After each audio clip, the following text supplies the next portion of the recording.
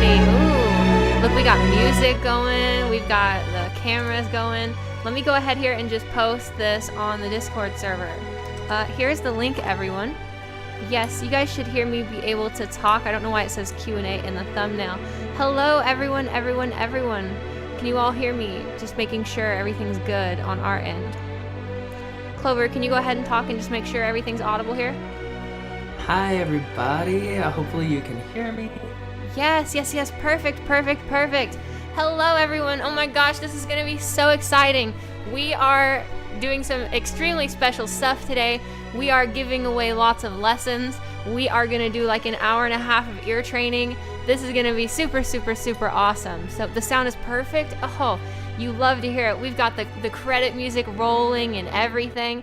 Isn't this wild? This is our highest production stream so far. So it's great to be here with everyone. I'll make sure everyone can trickle in here as we wait for everybody to arrive very slowly. Let me go ahead and post this in the spaces that I go. It seems there's a bit of a watch party going on in the Discord, which is pretty awesome. So yes, if you guys don't know about the Discord, definitely join it. Let me go ahead here and just at everybody with the link live now.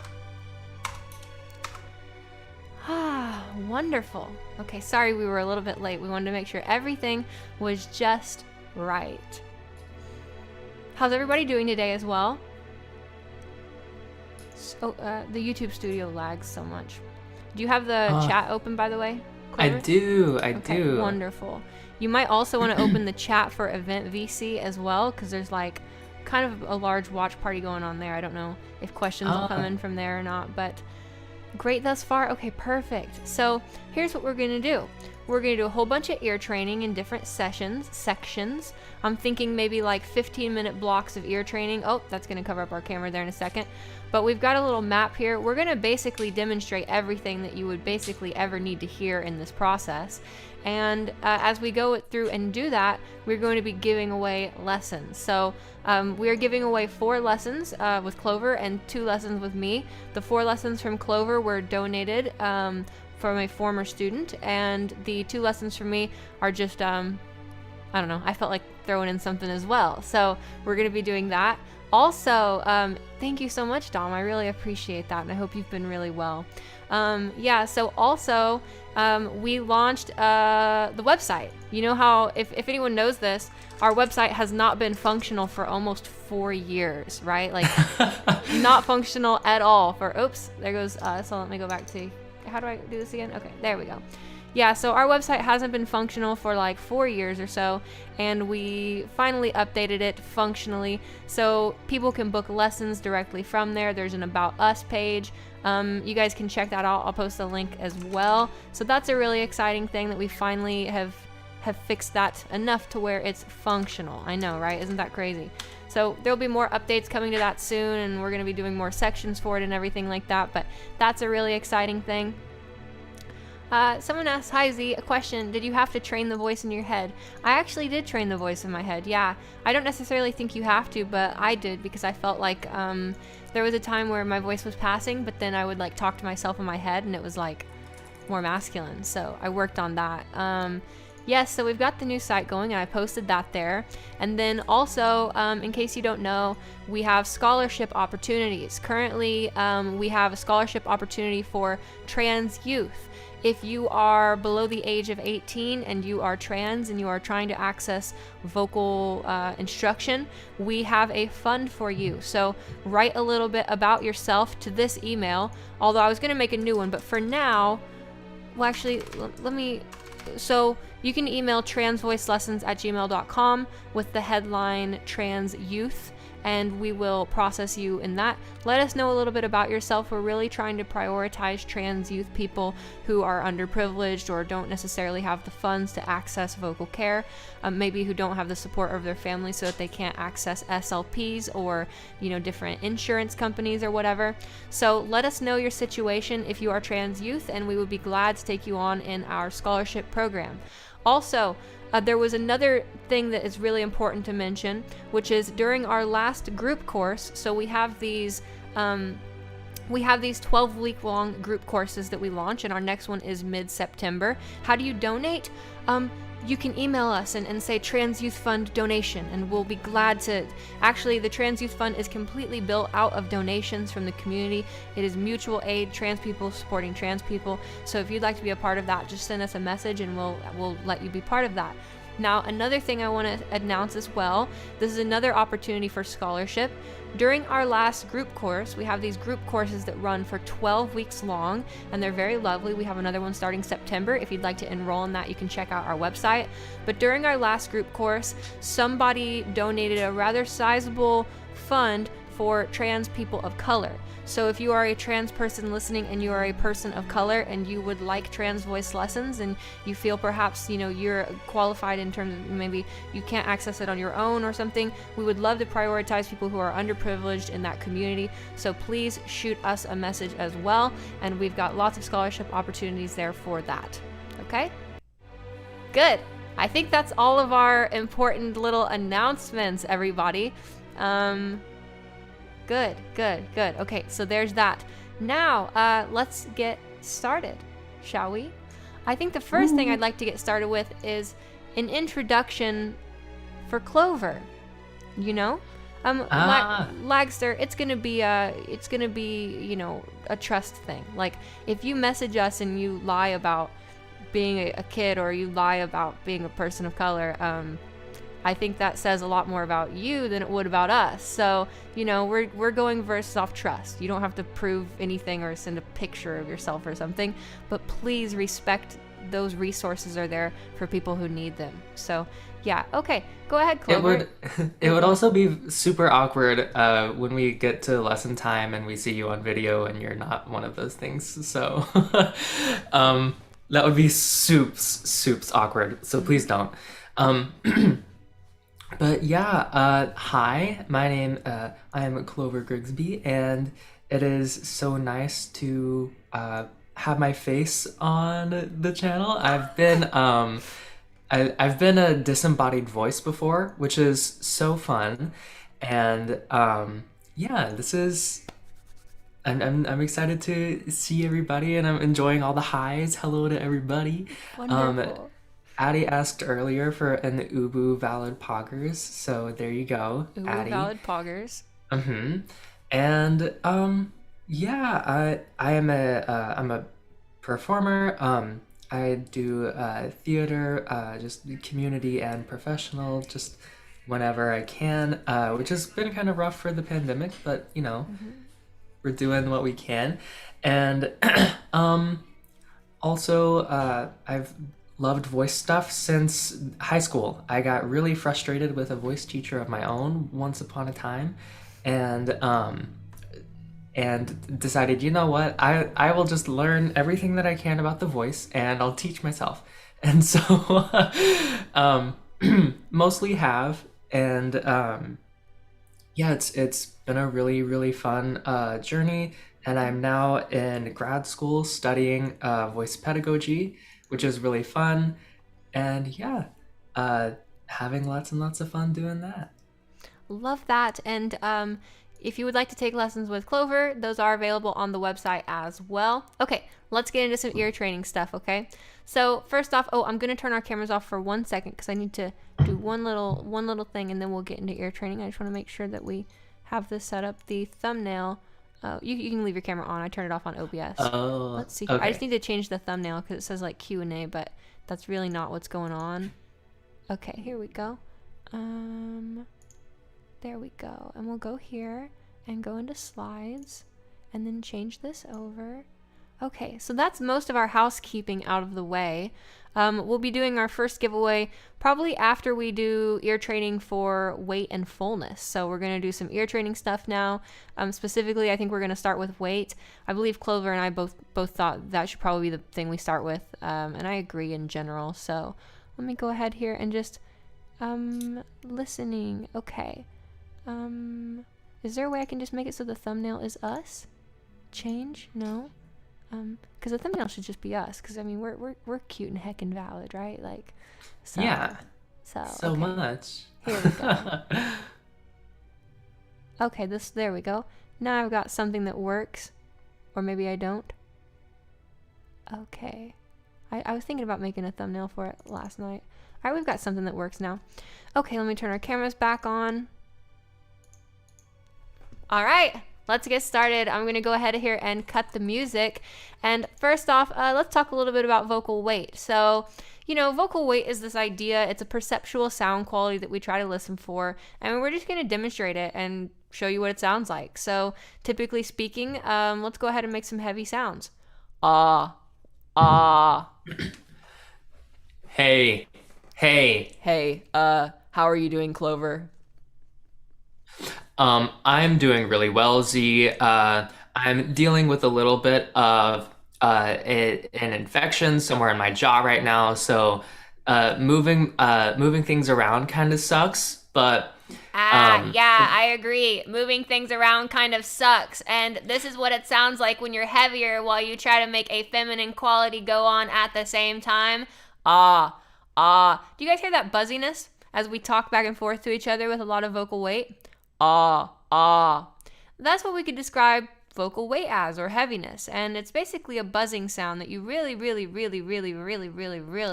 need to be aware of when you're practicing voice.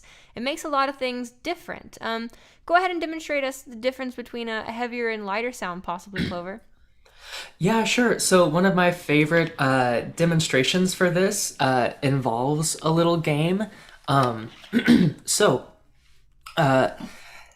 if I want everyone to pretend like you are holding a baby, also pretend that you like babies, and it's sleeping and it's really cute, and I want you to go, "Aww, hello." Look at my water bottle. Aw. Okay, we'll hold our water bottles. Aww. Aw. You help me so much. Okay, and then And that's a lighter sound? that's a lighter sound. And Okay. holding your water bottle, baby. You're holding it, it's sleeping and it's so cute, and then you feel something warm and chunky run down your arm. So you're gonna go, "Aw, hello." Aw. Ah, heavy. Yeah. Light. Indeed. Let's do this So- with the same. Oh, go ahead. Keep going. You're good. Oh, so I like to call this aw hi, aw why, right? You can go aw hi, aw why, right? What's that? Aw, So- hi. Aw, why? Right. That's a really nice. It did just poop on me, Annalise. So that's a really quick sort of just kind of trigger for getting those two different qualities. Another really solid couple of triggers are to think about carrying. Sorry, I was reading Jane is here's comment. To think about calling out to an old lady on the side of the road, on the other side of the road, right? If you need to say, "Hey, old lady," you want her to hear you, right? So calling out, usually we hear an increase in vocal weight. If you are trying to call out though to somebody that you didn't want to scare away, maybe it's a small cat, right? You might say, "Hey, little kitty, hey, little kitty, hey," right? Even though I'm calling out, "Hi, hi." I'm not heavy. I'm not going, "Hi, cat." You know, that's going to scare it away.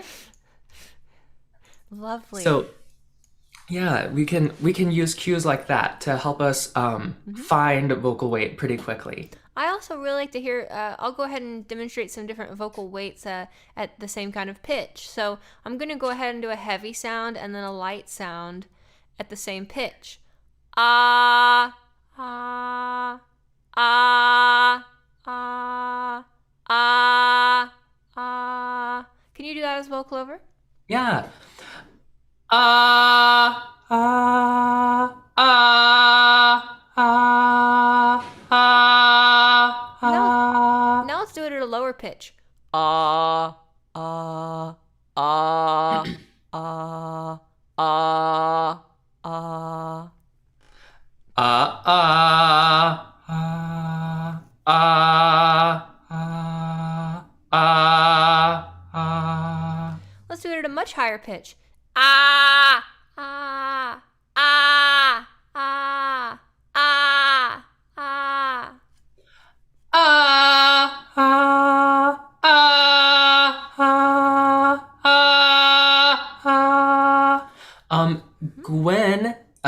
Gwen brings up something important. Light tends to sound quieter, it seems, at the same pitch it does. So that's something that's really, really important to acknowledge that we might save a little bit for later, but feminized voices do not have to be quiet. That's a very important trap that you don't fall into. So are you saying weight affects the perceptual loudness and volume of your voice? Absolutely it does. So not only just in terms of straight up amplitude, but also loudness, or not loudness, but weight is annoying. It's very grating. And so there's this buzz that is often present with weight, higher weights, heavier weights, that it seems louder solely because it's attention grabbing, and we are tuned evolutionarily to say, oh, hey, that's a really important noise for me to listen to, and so we listen to it. Can you sing a passage for us? A small little phrase, once heavy and then once light, perhaps. I'm going to add pronouns to our portraits. Sure. So, if I were to go heavy, I might go, it's not where you start, it's where you finish. It's not how you go, it's how you land. If I were to do that lightly, it's not where you start, it's where you finish. It's not how you go, it's how you land. It's a little low for light there. It is hard. I can't do it that way. I always feel so weird when I do that. Yeah, I'll go ahead and demonstrate a passage as well. That's heavier. That's lighter. Okay, let me keep doing pronouns over here really fast. Can you keep going? Yeah, so Bacello says, could you demonstrate keeping lightweight at piano and forte loudness levels?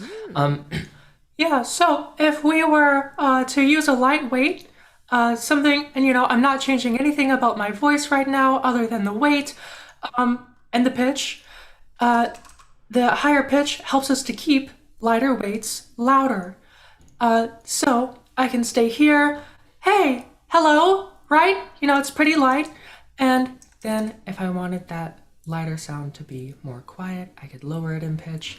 So that's a way that we can modify the loudness of a light voice without feeling like we have to make it way, way, way heavier.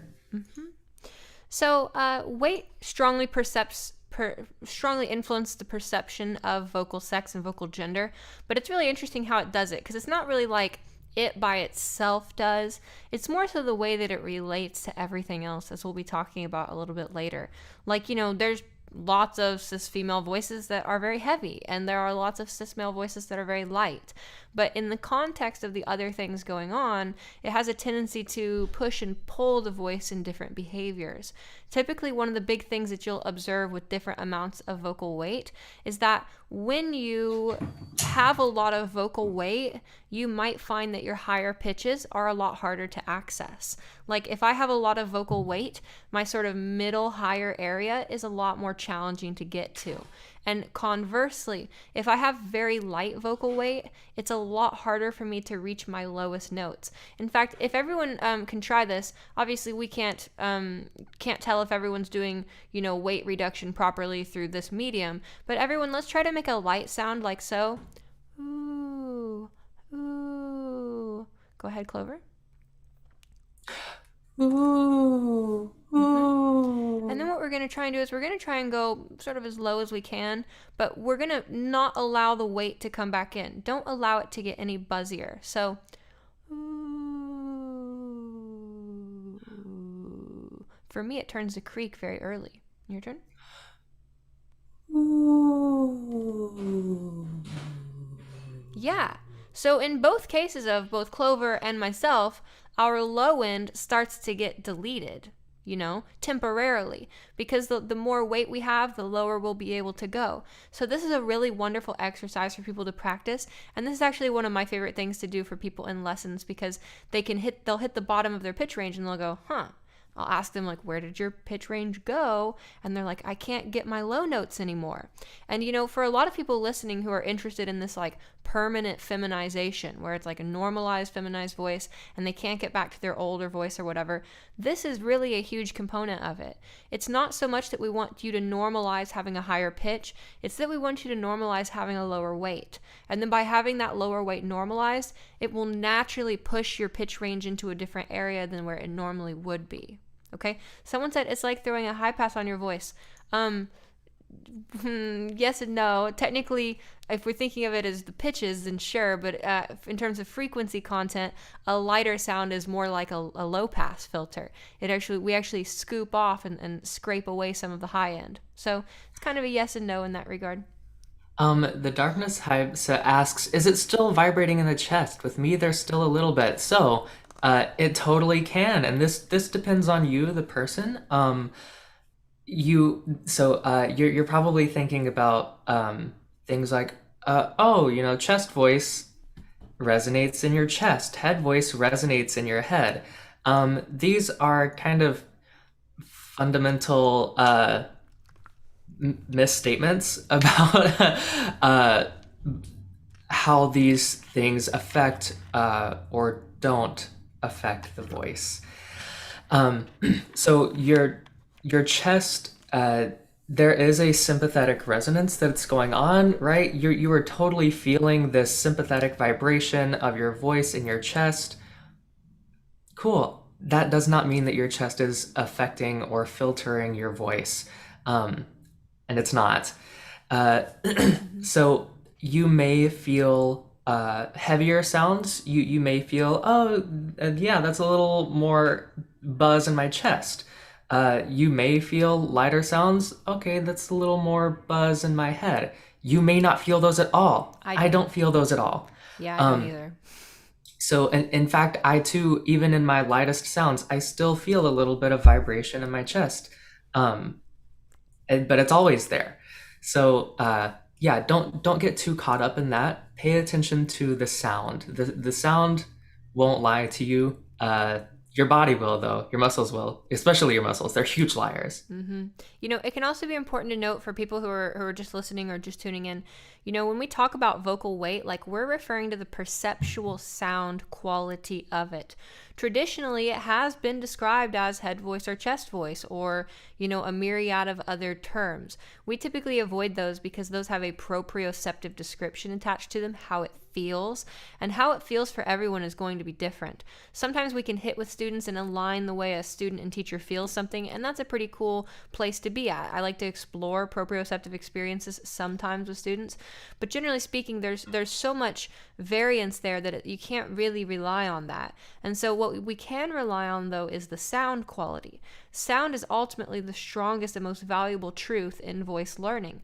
We have multiple truths that we can gain. We can gain proprioceptive or sensational truths with our feeling, our muscles, and so forth. We can gain intellectual truths about the thing, theoretical truths, but yet the most important of all is always the sound itself, because we can learn more about the sound than we can about anything else, and the sound ultimately guides us to the correct feeling. So if you've never made the sound properly, you can't know if you're going to do the feeling properly either. So yeah, that was a great question about the head or chest kind of stuff. You might experience it that way, you might not, but what we're listening for is that perceptual buzziness, the intensity, and sort of the sort of density of the sound. That sounds a lot like denser and heavier. And that sounds a lot lighter and less dense. I want to come back to a question that's actually very important. One of my next YouTube videos is about vocal health, and someone asked, how can I stop the voice from being hoarse? That's a great question. Don't be a horse. Sorry. No, that's a great question. So we have a couple fundamental rules we want to keep in mind when we think about. Oh, and also, no, the VOD will not stay up on this stream. We're going to cut it up and release it as short videos so it's easier for people to follow. So we're going to cut it up into a vocal weight video, cut it up into a resonance video, etc. So you will eventually be able to get all of this content, but probably we won't keep the VOD available, or maybe I'll keep the VOD available and release it as whatever. So we'll see how that goes. But yeah, so to get back to that thing about hoarseness and vocal health, so you need to understand that there are really only kind of two main ways that you can disrupt your vocal health. This is a simplification. You can either stress muscles really hard and get muscle fatigue or some issue with your muscles themselves, or you can chafe your vocal folds and irritate your vocal folds. So for instance, going to very high pitches with lots of vocal weight for extended periods of time, that will rub on the vocal folds and cause them to be irritated, which can fatigue the voice and cause hoarseness. Hoarseness typically means that what's happening at your vocal folds is they are swelling. You're doing some traumatic, phonotraumatic irritation stuff to them. So basically the vocal folds start to get inflamed. Imagine if you clapped like this 1,000 times, right? Eventually your hands would kind of get tired. They'd be red. And what happens is if the vocal folds start to gain trauma or irritation, they will then start to swell. They'll secrete a little bit of mucus. They'll maybe start to callus a little bit, whatever. And that swelling causes a slightly incomplete closure of the vocal folds, and that incomplete closure causes air leak, which is what we perceive as hoarseness or roughness in the voice. And so if you're experiencing hoarseness when you practice, that's a big sign that you're doing something traumatic to your vocal folds. Either you're pushing too hard, you're squeezing when you practice, you're constricting when you practice, you're going too high with too much weight. You know, it can be a combination of these factors, and you really need to avoid these because these are the common key risk factors for phonotrauma or vocal irritation. So if you find that you're being irritated with your voice, that is a big sign that you'll want to examine the vocal behaviors that you're doing. Remove anything that feels scratchy. Remove anything that feels like you are doing something irritating or straining or stressing. Voice should be comfortable when you practice it. It should be not irritating. It should be sustainable. It should feel easy. And to borrow a phrase from Clover, it should be strategically lazy. Okay. Do you have anything you want to add to that, Clover? Yeah, so I do love this idea of strategic laziness. It is my way of saying intentionally develop muscular efficiency. So aiming for this sort of looseness is really, really nice for helping us to reduce buildup of fatigue, and also it helps us to avoid accruing excessive mechanical stress on the tissues of the vocal folds, which, like Z mentioned, it's not good. It's not good for the tissues, and they can really start to, with excessive usage, regardless of what that usage is, even if you are using the most tender, gentle vocalization for 20 hours or 24 hours a day, that may be too much. Mm-hmm. There is no perfect technique that does not accrue mechanical stress to those tissues, and so overuse is overuse. And just like you mentioned, if you do 1,000 claps this way, that's probably gonna wear out the tissues on the front of your hands a lot faster than 1,000 claps this way. I want to go ahead. I want to go ahead and jump in here. Chelsea on the Discord server says muscle trauma equals swelling equal incomplete closure equal hoarseness. No, sorry, I should have clarified. When I was talking about muscle trauma, that's a kind of separate sort of a separate kind of pathway or line you can go down to experience vocal issues. So, like for instance, if I'm doing voice practice and I'm tensing my jaw the whole time, that will cause muscle fatigue, that will diffuse pain, that will diffuse stress elsewhere across the voice. And so we can kind of think that there's like tissue trauma and like muscle trauma, and those are the two main pathways that we usually see vocal damage or some vocal irritation start to emerge. And the muscle stuff is more general. That can occur in lots of different ways. You could, literally, like I said, jaw tension, lip tension could randomly cause some problems. Definitely when we're playing with resonance, we're modifying a lot of the pharynx and the larynx around, we can see some pretty inefficient use of those muscles, which can lead to different problems. So we don't want to conflate necessarily muscle tension issues with necessarily surface tension or surface tissue issues, but those are kind of two separate lines that the issues can often occur down. So, but as long as you're avoiding anything that feels scratchy, scrapey, grainy, hoarse-like, then you're probably going to avoid some of that sort of surface tissue problem with the vocal folds. And as long as you're paying attention to the muscles that you're using and making sure everything's relaxed and strategically lazy, you will tend to avoid some of the muscle issues as well. Yeah. So we've identified a problem here. Let's identify some solutions. So, number one, voice hygiene in general. It's a form of self-care. So just the same as running is healthy for you. Please put CeraVe moisturizing lotion directly on your vocal folds. Sponsor us, CeraVe. This should I go grab my tub? I have it. Endorse us. Please. So sorry, running is healthy. That's the end. Running is healthy, and using your voice is actually healthy for your voice. It is a known thing that vibrating the vocal folds is actually really, really important for inspiring blood flow and expediting that healing process for the tissues of your vocal folds. To counter on that, keep that thought in mind. That was something that really shocked me when I really started learning more about voice in general. Like, I remember when I would have vocal issues or vocal health problems, I would always kind of freak out and I would think, oh, I need to stop using my voice for 2 or 3 days or 4 days or 5 days. And it actually turns out that that's worse for your voice in the long run.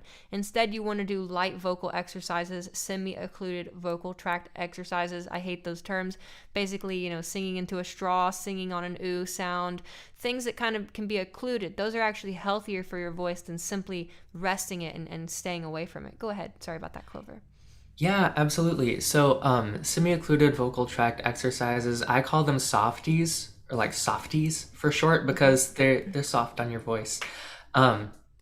Those are fantastic. Those are a really, really great evidence-based way to help improve and maintain vocal hygiene. So anyway, just the same though, using your voice is healthy for your voice. Running is healthy for your body and your legs. You don't want to run too much in a day though, right? You don't want to use your voice too much in a day. Zhea's showing off her mad lightsaber skills with this pen. Sorry. It's not a pen, it's actually concealer. Oh, okay. Her concealer. So, anyway, Softies are really, really nice. They are a great practice that you can do. You can even use them strategically to help cultivate vocal technique for certain things if you so choose. But really, they are a great therapeutic exercise for your voice. So to get us back on some ear training, do you want to maybe walk us through some Softies for finding less vocal weight by any chance? Do you have a straw nearby? Absolutely. I do. Yes, somewhere. that'd be so great. Okay, so Softies are SOVTE. The name is pretty awful. Basically, if you create a condition in the vocal tract where you're producing sound through a smaller space, you'll end up getting this buildup of pressure. And the way I like to talk about it to beginners is it's kind of like if you go to physical therapy and like, let's say you're like, you have partial paralysis, you can do physical therapy in water, right? Like you could go in a pool and learn how to remove your body around. And it's basically supporting those actions you're taking. And when we use semi-occluded vocal tract exercises or Softies, it makes it very similar like that in voice. So go ahead. Yeah. So Clover has a straw here.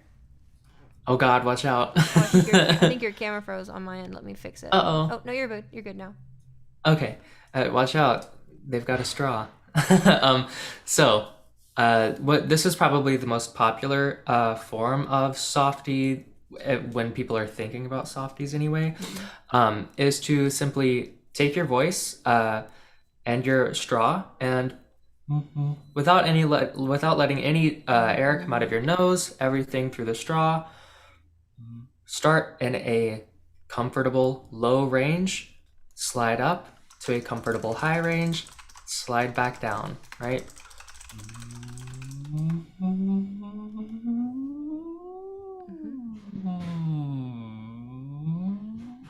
And listen for that buzziness. Listen to that buzziness. So when Clover's doing that, when they're starting lower, you can hear that ooh, ooh, ooh, ooh. And as they go up, ooh, ooh, that lightness starts to come out. Emily Nelson says, I don't really know where to start. I did make an absolute beginner video. You would want to start on vocal weight. Literally what Clover is doing right now is probably one of the best ways to get started practicing voice feminization, if that's your goal. Go ahead. Yeah, absolutely. So if you're using this for like voice therapy, right? You just kind of want to do those slides up and down. Maybe practice vocalizing, pseudo speaking through the straw. But for our purposes, if we want to lower vocal weight, this is what we can do. What you'll want to do is try and build up a little more back pressure. So back pressure is that increase of pressure that you feel in your throat, in your mouth, your vocal tract, as you push air into this occluded space, into this tighter space. And what that does is it's essentially going to cushion your vocal folds with air pressure. And that helps to reduce the sort of violence of the vibration. And we result in that, or resulting from that, we get a lighter sound, a less violent sound. So if you will increase that pressure,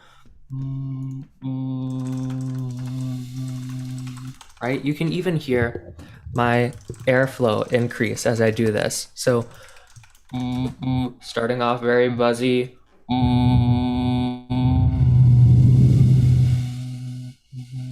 not quite as buzzy. Yeah, redo that because you were blowing the air into the mic, so we heard some of the proximity effect on the noise. Try again.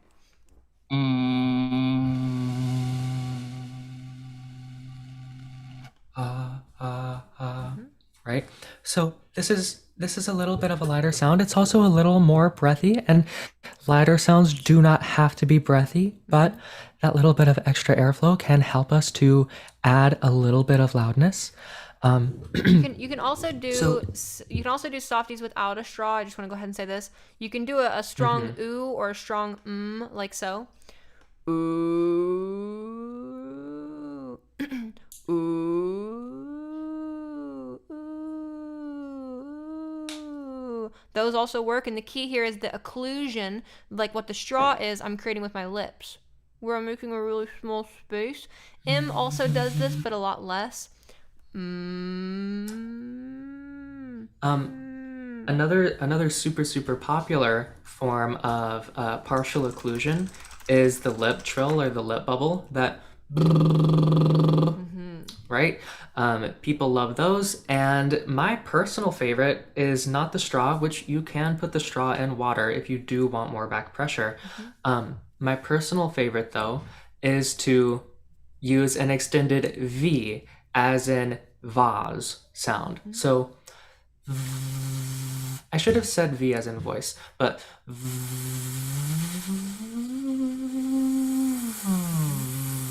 and it's even easier really for me to choose just how much resistance against that airflow I want by flicking my lip a little harder. So play around with any form of partial occlusion of the vocal tract that you feel best about. I want to bring up Meowcat's question here. When I try to make a glissando up with a light voice imitating Z's examples, pretty quickly it becomes air or breaks. Or it goes seamlessly into falsetto. So that's part of what you're trying to practice. Now, matching mine right off the bat, maybe it'll be different. We have different voices or whatever. But one thing that's really important to consider is if you're getting something like this, like that's showing you that you're not quite finding that coordination. And it's totally fine not to find the coordination you're looking for at first. What you want to try and do at that point is experiment and see what you can change or micro adjust to start to access that space there. you know? And, you know, these SOVTs that we're talking about, that can make it easier for you as well. Typically, practicing vocal weight with your mouth open is going to be a little bit harder than practicing it with a straw or practicing it with the lips pulled out or whatever, or an sound. So if you find that you keep flipping into falsetto right away, that's typically a sign that you're carrying weight all the way up, like ah, like that is a very common mistake that's easy to do. There's also that mistake ah, which means I'm also trying to carry weight up, but I'm trying to decrease the intensity of everything by adding breath. So those things are common mistakes, but rather than, you know, thinking of them like, darn, how do I do it right? You don't want to really think so much about how you do it right. I mean, you do, but you want to think about what you can learn and gain as you're doing it wrong, because something about that you're doing has information that you can learn from and grow from, which is going to be super important. Okay, also everybody, hit the like button. There's 112 likes on this and there's 197 people watching. So press the like button right now. I'm watching that like button go up, and you better press it right now when you hear this. So I want to there we go. Awesome. There we go. Thank you. Keep pressing it. So Circlebird says, is it possible to be light while also having a vocal fry, or is fry one aspect of vocal weight? You can totally be light and have fry. In fact, your fry can be more heavy or less heavy. Let's do that one. So heavy creak. Your turn. Hello. 1, 2, 3, 4, 5. Hello. 1, 2, 3. Now light creak. 1, 2, 3, 4, 5. Hello. 1, 2, 3, 4, 5. Yes, exactly. So we can be light and heavy creak. In fact, that's one way I really love to work on it. The key here with this, if you're listening and you're wanting to do a creak approach for vocal weight, is make sure your creak is very relaxed and balanced. Oftentimes people might go when they're trying to learn to creak, or you know, if we're going to do an exercise like this with creak, we want to make sure that the creak is extremely balanced and relaxed.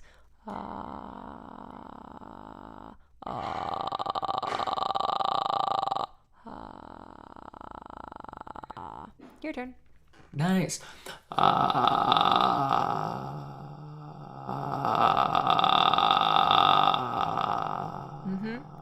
You know, another exercise that's really great that we have in our book is this space where we can go from the heavy, or we can go to any creak that we want, usually a light creak, and we can go from a light creak into heavy, like so.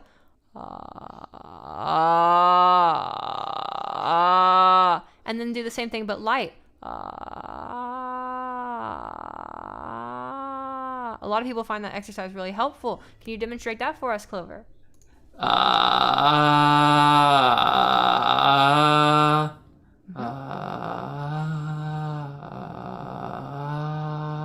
Yes, indeed. So that's a really fun exercise to play with. I actually find in my private lessons that kind of exercise, typically it's very strange, but it actually hits people with the proprioception of heavy versus light more than anything else. Like, I feel like people can walk away after doing that a couple times if it's guided. I don't think you'll maybe get that when you're by yourself or whatever, but if I'm guiding someone through it, oftentimes people can be like, oh, I feel like what it means now to be heavy versus light physically, not just auditorily, which is interesting because we obviously are prioritizing the auditory experience, but it's cool if you can feel the thing accurately too, or pseudo accurately based on your experience. So yeah.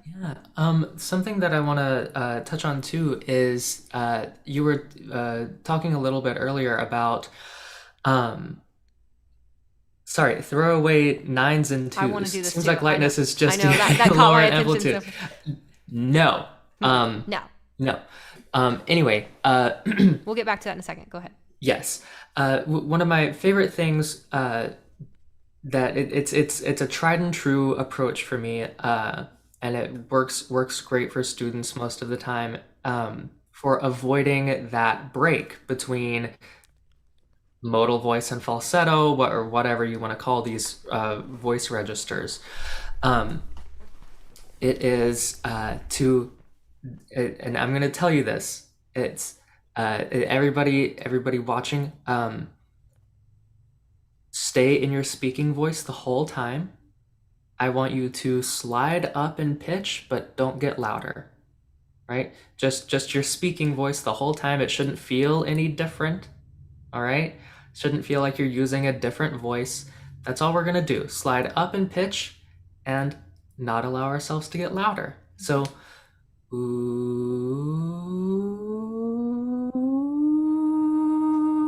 and if you were to take that voice, right, that coordination and talk with it, all of a sudden, you're in a much lighter coordination. And technically, 1, 2, 3, 4. Technically, you are in falsetto there, but that's a really, really solid way. Well, not Z, but me going, ooh, if I'm here, I am technically in falsetto, but that approach can help us to get rid of those massive coordination shifts that cause that ooh, right? Yeah. If you'll just think about using your speaking voice to get there, that tends to help a lot of folks. For some folks, it's they require just a little more practice, a little different approach, but that's one that works for most people. You know, I also want to add, there's kind of this like community consensus that falsetto is bad. It's not.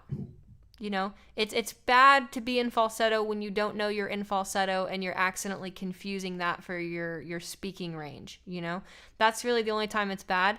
Like, I mean, like, I can like be in like falsetto and like I can like talk like that, and that's like really not like that bad. Like, I've heard like voices that actually like kind of sound like that or whatever. But the real issue is that we're looking for we're looking for a lighter sound which we can get louder with and be more comfortable with, but falsetto will bait us. It's a little trick for the brain and the ear. And if we're not aware that we're moving into the falsetto area, then it's problematic. But honestly, for a lot of like day one beginners or whatever, I think it's great if you play around your falsetto and really learn like what Clover was talking about, like transitioning up and coming back down. A lot of the implicit practice that I had in voice feminization before I actually started feminizing my voice was sitting around singing in falsetto. I would literally just sit around and sing in falsetto constantly, you know? So, and it's really beautiful. And for anyone who's interested in, you know, singing long term or singing in general as they go to feminize or as they go to learn voice control, like, you really want to spend time in your falsetto. Like, singing, it's just so valuable to gain control in that space. And also, it works out certain muscle coordinations that are typically weak in people who don't have any control over their falsetto. And simply by working out some of those coordinations, it can actually support other aspects that we're taking in our regular voice as well. Yeah, absolutely. And just adding on, or not even adding on, I just want to emphasize what Z said about play around. It's so important. If you will take your voice, especially if you feel like you are an underdoer, and just use it just to make sounds, whether that is singing in falsetto or speaking in funny voices or yelling not so much that it feels bad.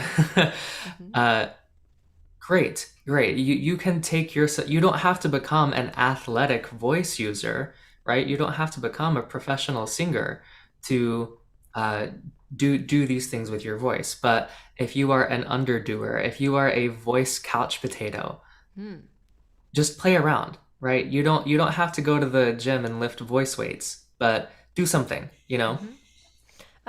So I want to come back to this idea. Someone who said, it sounds like when you're getting lighter, you're just getting quieter in volume. Here's an example. Which of those were louder? You might have heard the heavier one is still more intense, because you see, loudness is actually perhaps one of the most complex parameters in the entire human voice. Loudness is not just about amplitude. It's also about something called spectral content, which is basically what all is inside the sound. And so heavier sounds tend to sound louder even when they're quieter. In fact, I could pull up a computer thing over here where we can play an audio file where the lighter sounds are literally higher amplitude and the heavier sounds are literally lower amplitude, and your brain will still hear the heavier one as like more intense, as more forward in terms of volume, if we're thinking more like productions aspect. So we don't want to peg volume necessarily directly to weight. Weight strongly influences the perception of loudness, and it strongly influences the way that loudness works. You know, in an interesting way, getting a little more fancy here, both pitch and loudness are not real, quote unquote, things. They are emergent properties that come out of these behaviors of a physical system. So for instance, if we have different tension, if we have different mass, if we blow with different amounts of air and we have different amounts of resistance, this will generate different balances of loudness and pitch. So they're more like emergent properties. They're not like, weight isn't loudness, because weight influences a bunch of other things which can influence loudness and do influence pitch. And it's this messy little thing that at this point is probably outside the scope to disentangle in a beginner ear training live stream. But we really don't want to think of loudness as necessarily being one-to-one with weight, and we don't want to think of weight as being one-to-one with pitch. They all work together against and with each other to form different balances of loudness, different balances of pitch, and different balances of weight. Yeah, and even throwaway 9s and 2s again mentions. Imagine if we all had live sound pressure level meters during speech. That wouldn't tell the whole picture. It wouldn't. Because spectral content is such an important part of perceptual loudness. So I could give you examples where the SPL meter is showing higher, but actually you're hearing it quieter. Yeah, it's absurd. It's really, really cool. But loudness is not amplitude, and that gets kind of into this differentiation between acoustic measurements and perceptual experience. Psychoacoustics that's a huge versus acoustics. Right, absolutely. And just the same, actually not totally analogous there. Vocal weight, that perceived quality, is also not loudness, although the two often go hand in hand. They are related to one another. So yeah, there are things like that. And then also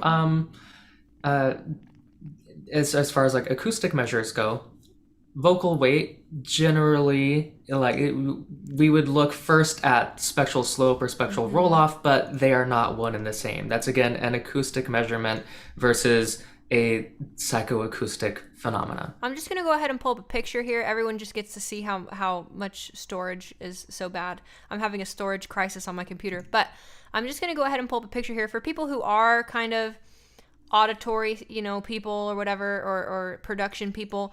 I'll just go ahead and show you what the actual sort of corresponding acoustic measurement is for vocal weight. It's this property called spectral tilt or spectral roll-off. And I'll go ahead and put this over both of our pictures. But basically, depending on how much buzziness you hear in your voice typically, there's other factors that influence the perception of buzziness, but it's basically like a high pass, I should say not high pass, it's like a high shelf roll-off, right? So you can kind of think of it like it depends on how many the amplitude decay between harmonics. So this is a little bit more advanced, but basically the voice creates harmonics, and with each successive harmonic on an acoustic instrument, it gets quieter, okay? And the rate in which these harmonics get quieter is really the acoustic measurement that we could refer to when thinking about vocal weight. So like for instance, in this shallow one here, that will be more weight. You can hear more buzziness, and that's because these harmonics up here are more equivalent to these harmonics down here. And when I do it like this, then what's going on is you're hearing a lot less of these harmonics compared to these harmonics right here. So yeah, like we could do that. It would be fun to do a stream sometime on, the more like acoustic-y science stuff of this, but we're mostly talking in the realm of perception today. And so, but there are concrete things that we can observe about this. And, I could even pull up, I guess I'll pull up VoceVista. Hold on, let me get. Okay, I was actually. Yeah. I was about to ask if I could share something on VoceVista. Yeah, absolutely. You can share it on Zoom, and then I can select the window or whatever. Okay. Will you enable screen sharing for me? Yes, I got you. 1 second. Oh, I just have to make you host, right? Or co-host? That'll work. Okay. I'm also, while you get that set up, I'm going to go ahead and just pull up one quick demonstration here. Actually, you can do yours first. I'm going to go ahead and pull up the loudness differences to show people how loudness necessarily isn't it. Now let me go ahead and fix OBS because that looks like a hot mess. I believe it. Okay, hold on 1 second. Okay, now it's mostly okay. Our pronouns are all over the place though. Woo! Okay, go ahead. All right. So, first, everybody, what this sound is a very rough recording of me on the same vowel and pitch, doing an increase in vocal weight. So, here's this. And let me know if this cuts out at all. I don't know if I'll have to enable original sound or not. Okay.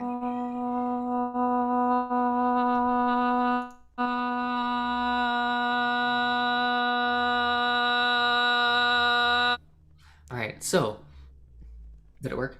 Yeah, it worked. Cool. So, I don't want you all to pay too much attention to the visuals here. If you find they help, great. If you find they confuse you, look away, close your eyes. So if we go over here, and I just you should turn on original sound, by the way. Okay, let me do that really quick then.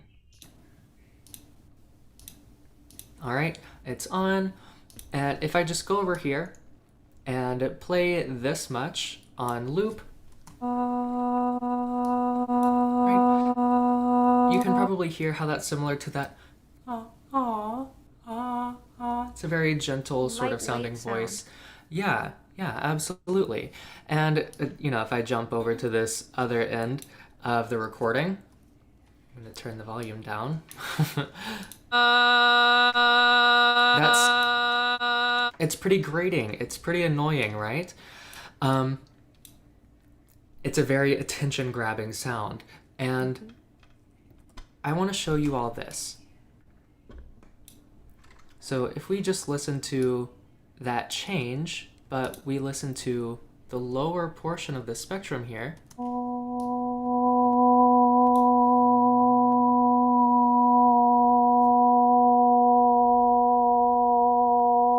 It doesn't change all that much. Yeah, no, there's really not a massive change. So really what we're listening for is up in this area. It's this higher harmonic content.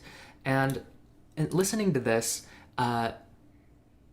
this is really my favorite ear training to do with people for really learning to hear and monitor their vocal weight is to do this frequency hearing practice for these higher frequency regions of the voice. Now play that one for comparison.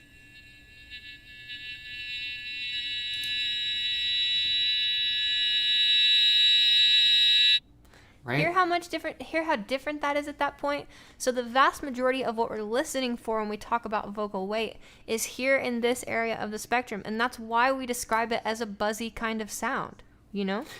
Yeah. So I'll play a little bit of this. You can hear in here, not much. There's a little bit of air noise, just a little bit of voice, and right, there's not a whole lot of content up there, and this voice sounds it's a more pure sound. It is very, very gentle, very light. Just the same if I go over here. I'm gonna let this play a few times, and listeners, let this soak into your ear, right? And we're gonna move this down, and I want you to listen for this buzz in the full voice. So listening to this.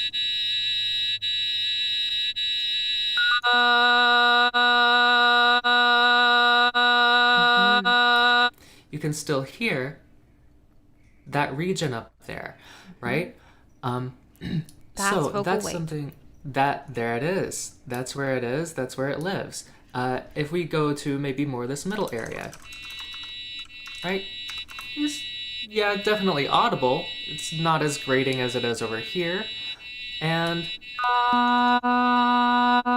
can hear that. It's, as far as balance with that other portion of the voice, it's not so strong. It's not so strong. So let's listen to the full thing again. And I want you to listen for how that buzz or that region of the sound, that vocal weight, increases as this recording plays on.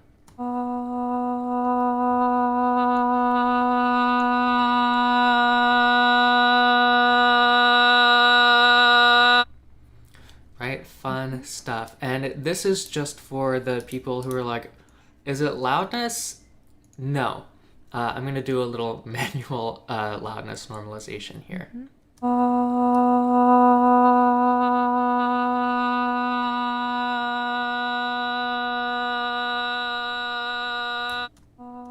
Right? So we were to listen over here. This can be loud. I'll put that on repeat. Right? And this can be of a similar or lesser volume.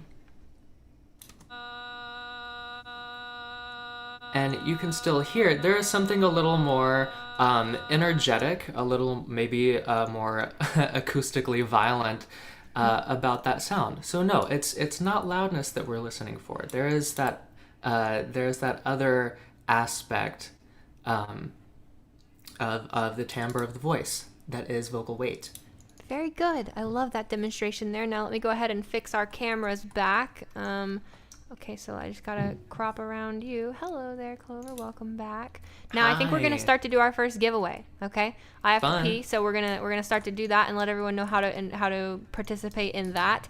So here's how we're gonna do it. I spent a fair bit of time last night trying to figure out how to do this the best way, and I think I found oh, I've got to fix my camera too. I think I found an okay way. So I'm going to go take a bathroom break. You can entertain Clover. I'll be right back. But here's what I want y'all to do.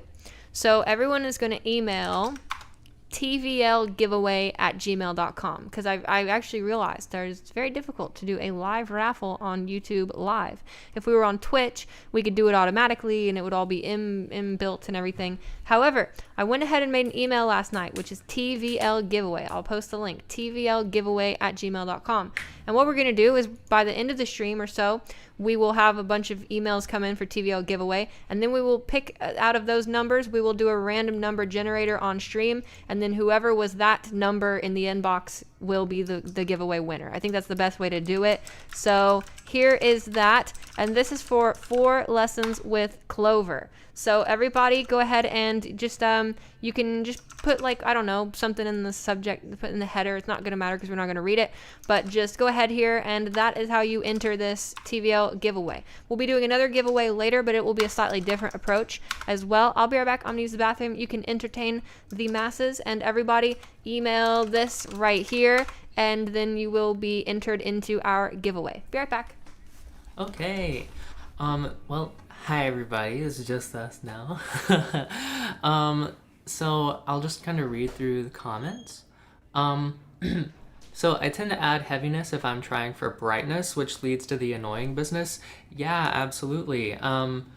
People will describe, I guess you would just email and say, hey, I'd like to enter. Yes, just email. Brightness is not super well defined. I mean, nothing perceptually is, but I definitely think that most people perceive brightness as a sort of emergent quality of weight and other perceptual qualities.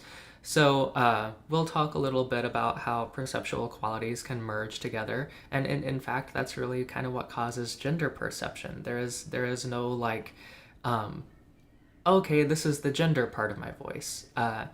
It's an emergent perception based off of other perceived qualities. So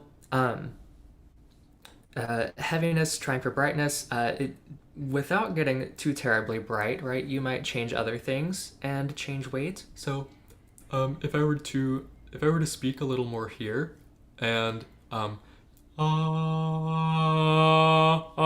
still not a terribly bright sound, right? But definitely there's that increase in weight. If I were to have a slightly different resonance, and maybe I start off here, a lot of people would perceive this as bright. Some people might say, oh, that's nasal, or that's twangy, depending on how they perceive or in what words they use for these perceptions. And yeah, Buzzy is definitely one. So yeah, interesting things to pay attention to. But yeah, just send a Gmail, Agus. Hi, Chloe. Hello, I'm back. Hello, welcome back. I also heard you talking about the nasal misconception. That is actually I've got one YouTube video that my editor is going to be done with, but the next video I'm editing is actually on that exact misconception. So, indeed. Yeah. It's weird how prevalent it is. You know, it's like such a huge confusion. It is. It's a cultural thing, and it even got acknowledged in the book Vocology: The Science and Practice of Voice Habilitation, by Ingo Tita and Catherine Vertellini Abbott. That they talk about there being like this huge cultural misidentification of what nasality sounds like in a voice. You know, another thing as well, adding to that. Whoa, we've already got 84 entries into the giveaway. 88. Oh, keep them coming. And so, yeah, another really interesting thing, too, is, you know, we often perceive... No, you don't have to send anything specific, Ara. You can just send an email. I love some of the messages I've seen, though. They're really cute. Lots of people entering. We are now at, like, 92, 93, 94. So, yeah. What else is really interesting about this, like, nasal misconception thing is that people think... so, like... When people are like, oh, I'm so sick and stuffy, my nose is just killing me, people will often be like, oh, you sound so nasally. No, that's not nasality. That is the lack of nasality. That is hyponasality. That is when there is no nasality whatsoever, pretty much, or it's all stuffy, right? Actual nasality sounds a lot more like that, where it's more mid-range. It's like a very kind of, you know, warm, but like it's a very strange kind of sound. So this is like a lot of nasality. This is like a lot of nasality in a more feminine voice. And this is like a lot of nasality in a more masculine voice. You know, and so if I have no nasality whatsoever, then I end up with these kind of sounds here where the B, dote, by does, that is no nasality whatsoever. So, you know, all these kind of qualities that would normally be nasally are not any nasally anymore. So that's no nasality whatsoever. And this is all completely like a lot of nasality going on the entire time. And this is what it sounds like when nasal function is balanced, where we have, you know, nasality when I'm saying the N's and M's and NG's, but none when we don't say those. Let's see here. Ooh, I love that one. Someone says sound is magic. We're up to 104 people in our giveaway. Awesome. So, there's random number god show me favor today. I just had to read that one. That's funny. Okay. There are what we compare this sort of true nasality to, right? We compare this true nasality to what most people culturally are told is nasality, which is this sort of sound, which is very small and very heavy, right? If I were to get really light, those people would no longer say, oh yeah, that's a nasal sound. Instead, you know, they're like, oh no, it's no longer nasal. But in fact, this is not nasal, right? I could say, I fought 5 bears at work today. I fought 5 bears at work today. And there's no real difference in the sound. Let me jump in on that one. Fear doth love, fear doth love, fear doth love, fear doth love, fear doth love, fear doth love, fear doth love. No change in the sound. No nasality present there. Yeah, so it's a big cultural lie. So if you've been avoiding these kinds of sounds because you think, oh, that's nasality, don't avoid them for that reason. Avoid them because they sound bad, but they're actually really nice for exploring, and they can be super, super helpful for finding certain resonance setups. Somebody said Ben Shapiro voice. Yeah, we made that joke last stream, actually. So good. It's low hanging fruit in the vocal world, you know. But yes, very accurate. So very good. So there's a little bit of vocal weight. I hope you all can hear that better. We were planning on doing like 15 minutes of ear training for each quality, but as you can see, we took about an hour for weight because It's just so wonderful, and we took so many wonderful questions along the way. Now, let's take this little midpoint here as giveaways are coming through to promote our stuff. So Clover has lessons available. We have group lessons if you would like to join our 12-week-long group course. It's hosted by myself, Clover, and one other vocal educator from the community named Hearth. So our group class has 3 teachers, and we took a lot of feedback from our first demo run of it, and so now there's only 27 people instead of 30 people. We've lengthened the length of the course a little, and we've grown the time of the course a little bit, and we have sort of made it so it'll be more focused on foundational elements early on in the process. So if anyone's interested in the group course stuff, definitely check that out via the website, which is right here. Let me go ahead and just, because we have to do the shill stuff, right? That's kind of like living on the internet, so so here's the shill links. There's our website, which just got updated last night, and of course, once again, here's our Patreon, so there's that as well. Anyways, so now I think it would be really cool. Oh, someone says the group lessons are lit. I'm so glad that you had a good time. We still have some things to send out for that, but I'm glad you enjoyed it. Now so group lessons are epic. From 2 people who took the group lessons straight from the horse's mouth. There you go. Wonderful. And so yes, they worked really well. Now another thing, I think we should maybe do some ear training on fullness. Mm-hmm. What do you think about that? What do you think you pivot into next time or next? Yeah. So I guess we should start off with, what the heck is fullness? What is fullness? So what?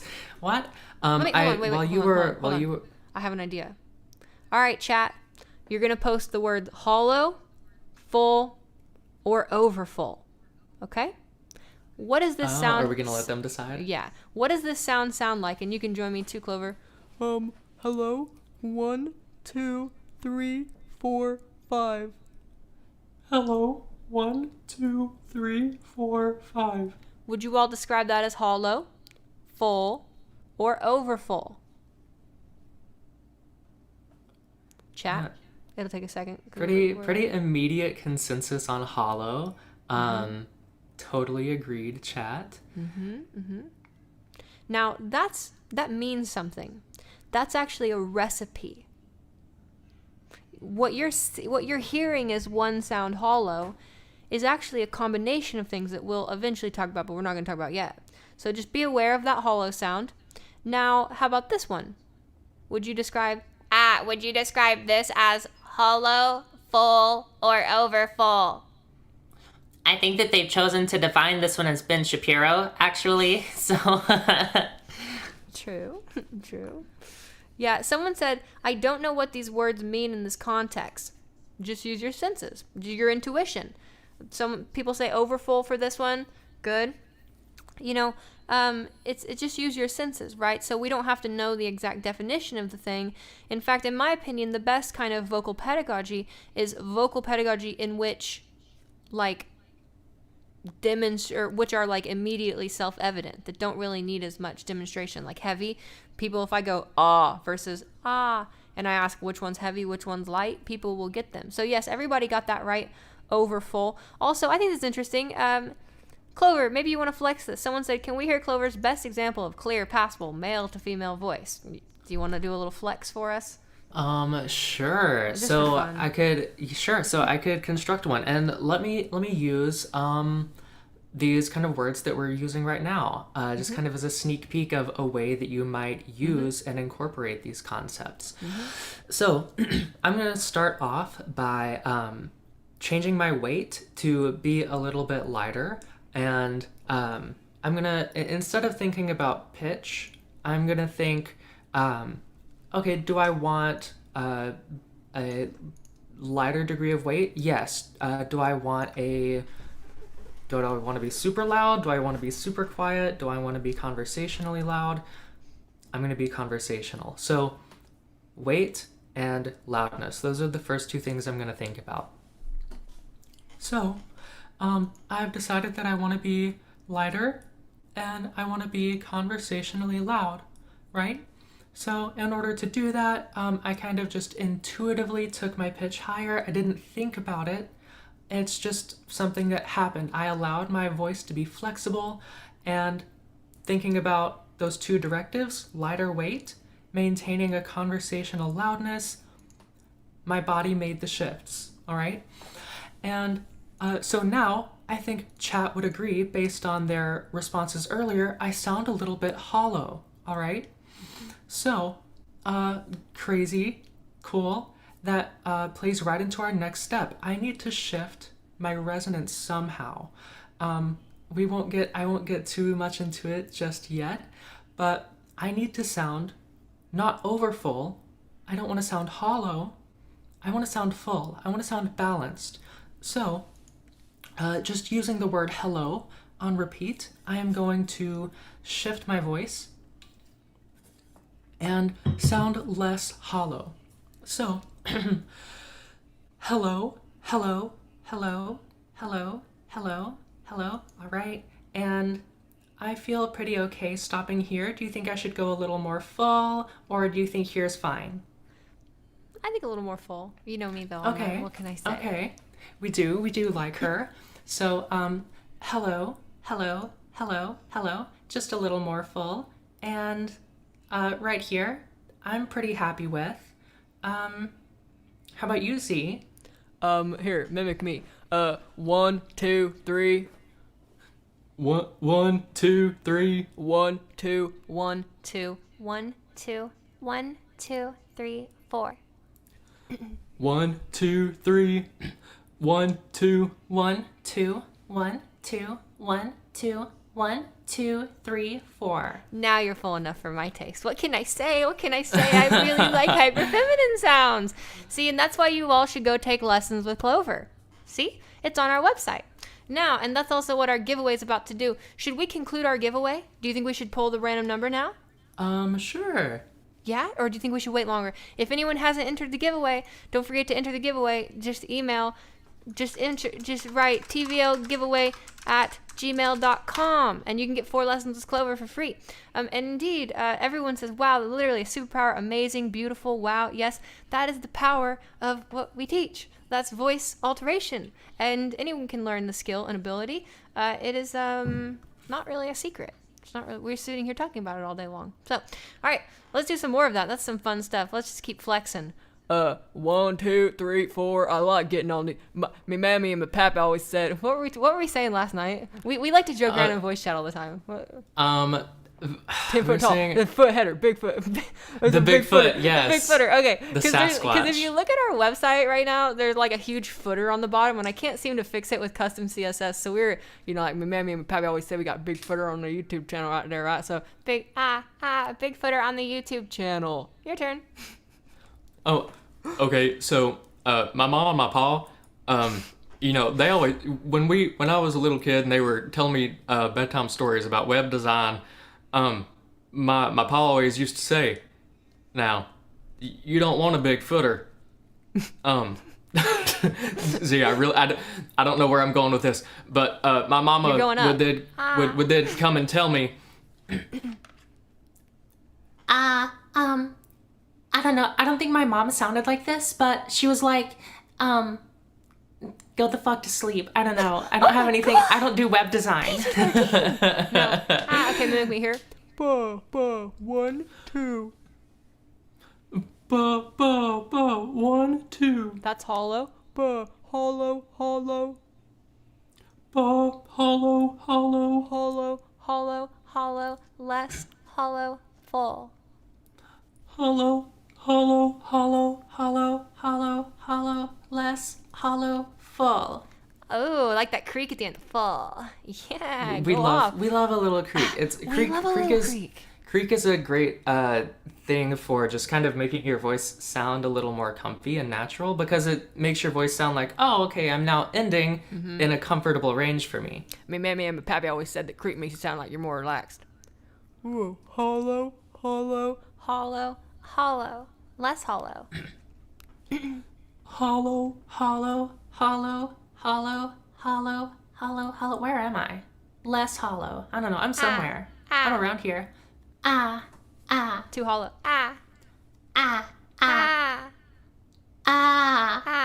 1, 2, 3, 4. 1, 2, 3, 4. Give me more creak. 1, 2, 3, 4. 1, 2, 3, 4. 1, 2, 3, 4. 1, 2, 3, 4. 1, 2, 3, 4. 1, 2, 3, 4. Very good. Lovely. So something fun, Annalise, since you bring up falsetto, is that if you are using this sort of perceptual quality of hollowness to direct your control of resonance, which is really great. It's one of my favorite tools to use for it. Mm-hmm. If you are starting off with a weight that is super light, if you're starting off with a falsetto quality level of weight and you balance that to full, it can sound a little bit hilarious. So if you were to maybe start off, here, super hollow, super light, and hello, Hello, hello, hello, hello, hello, hello, hello, hello, hello. And you were to get so small that the falsetto sound no longer sounded like it was hollow, but instead sounded like it was more your full voice. That's flame. That's flame. I love that. You're gonna sound crazy, right? You're like a the VTuber voice. Seriously, Jane. True. No, that's the thing. It's a lot of those like cis women with like really like kawaii like voices like that. Those are usually in their falsetto, right? But the thing is, falsetto is this weird implication of hollowness, right? Like, there's this like weird meme in like the singing community that's like, oh, like female voices don't have falsetto or whatever, which is not true. It's just that since the average cis female vocal tract is typically smaller, there's less a perception of hollowness when they go higher and higher, right? And we can remove that from our voice as well simply by learning how to control and shrink the vocal tract when we're raising pitch or when we're changing pitch around. So, yeah. Okay, let's do this giveaway. There are now 126 people in it. There's people that just submitted in the last minute. Do we have any last minute submissions that want to try to make it in? Don't email the main email. Somebody emailed the main email. Email tvrlgiveaway@gmail.com. And we're about to do this. We'll do this in T-3 minutes. Let's do some more. Let's go ahead and start here with like a kind of overfull kind of voice like this or whatever, and let's just kind of get it like rolling. Roll that beautiful bean footage. Wait, it's bean footage. Yeah, it's like, the old commercial. Roll that beautiful bean footage. Here on our farm, we make the highest quality beans. Me, mammy, pappy always made the highest quality beans. You don't know that commercial? You're too young. I think you're too young. Kids these days. Okay, go ahead. Okay. So we were around here. Yeah, we're around here. And then what we're going to do is, since we're too full, we're just going to simply try to lighten out the voice a little bit and get rid of some of the weight. Even if you're not here, Julia, you can still win. So if you were entered or whatever, we've got your email and everything like that. And when we draw the number here in a second. So, yeah, go ahead. Do that now, Clover. Okay, so starting off here, a little bit overfull, and hello, hello, hello, hello. Allowing ourselves to get a little lighter, just to sound a little more natural. Yeah, let's do this. Can we do something like this where we say, what's a phrase? Can you pull up a Harvard sentence or two for us? Absolutely. I have them. Yeah, Bush's I have them beans. already pulled up. That's what it is. Bush's beans sponsor us, unless you're not gluten-free.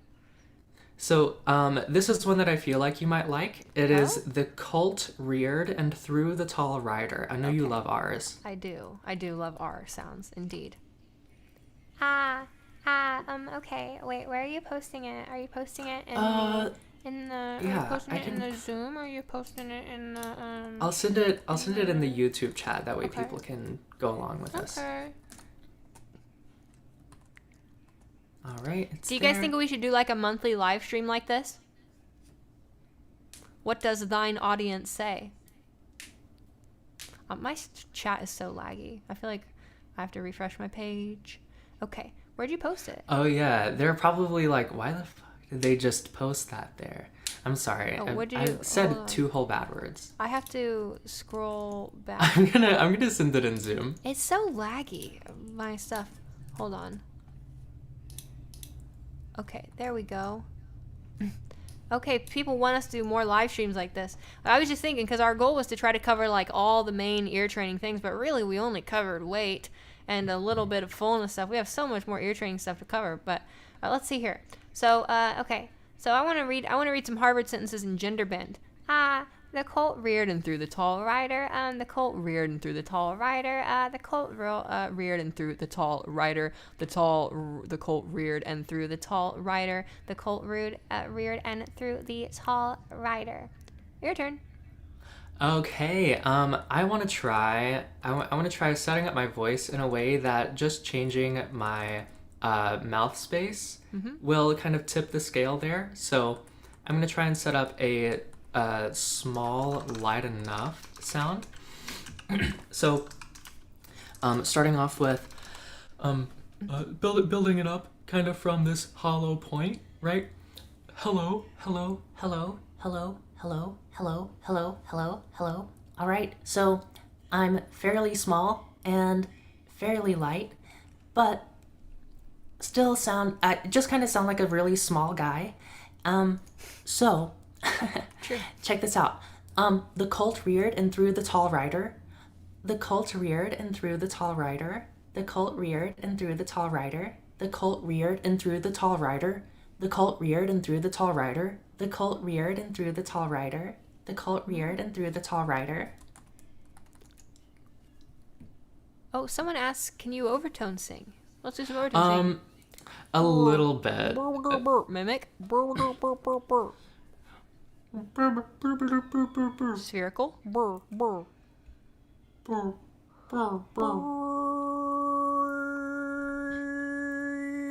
I've got mucus.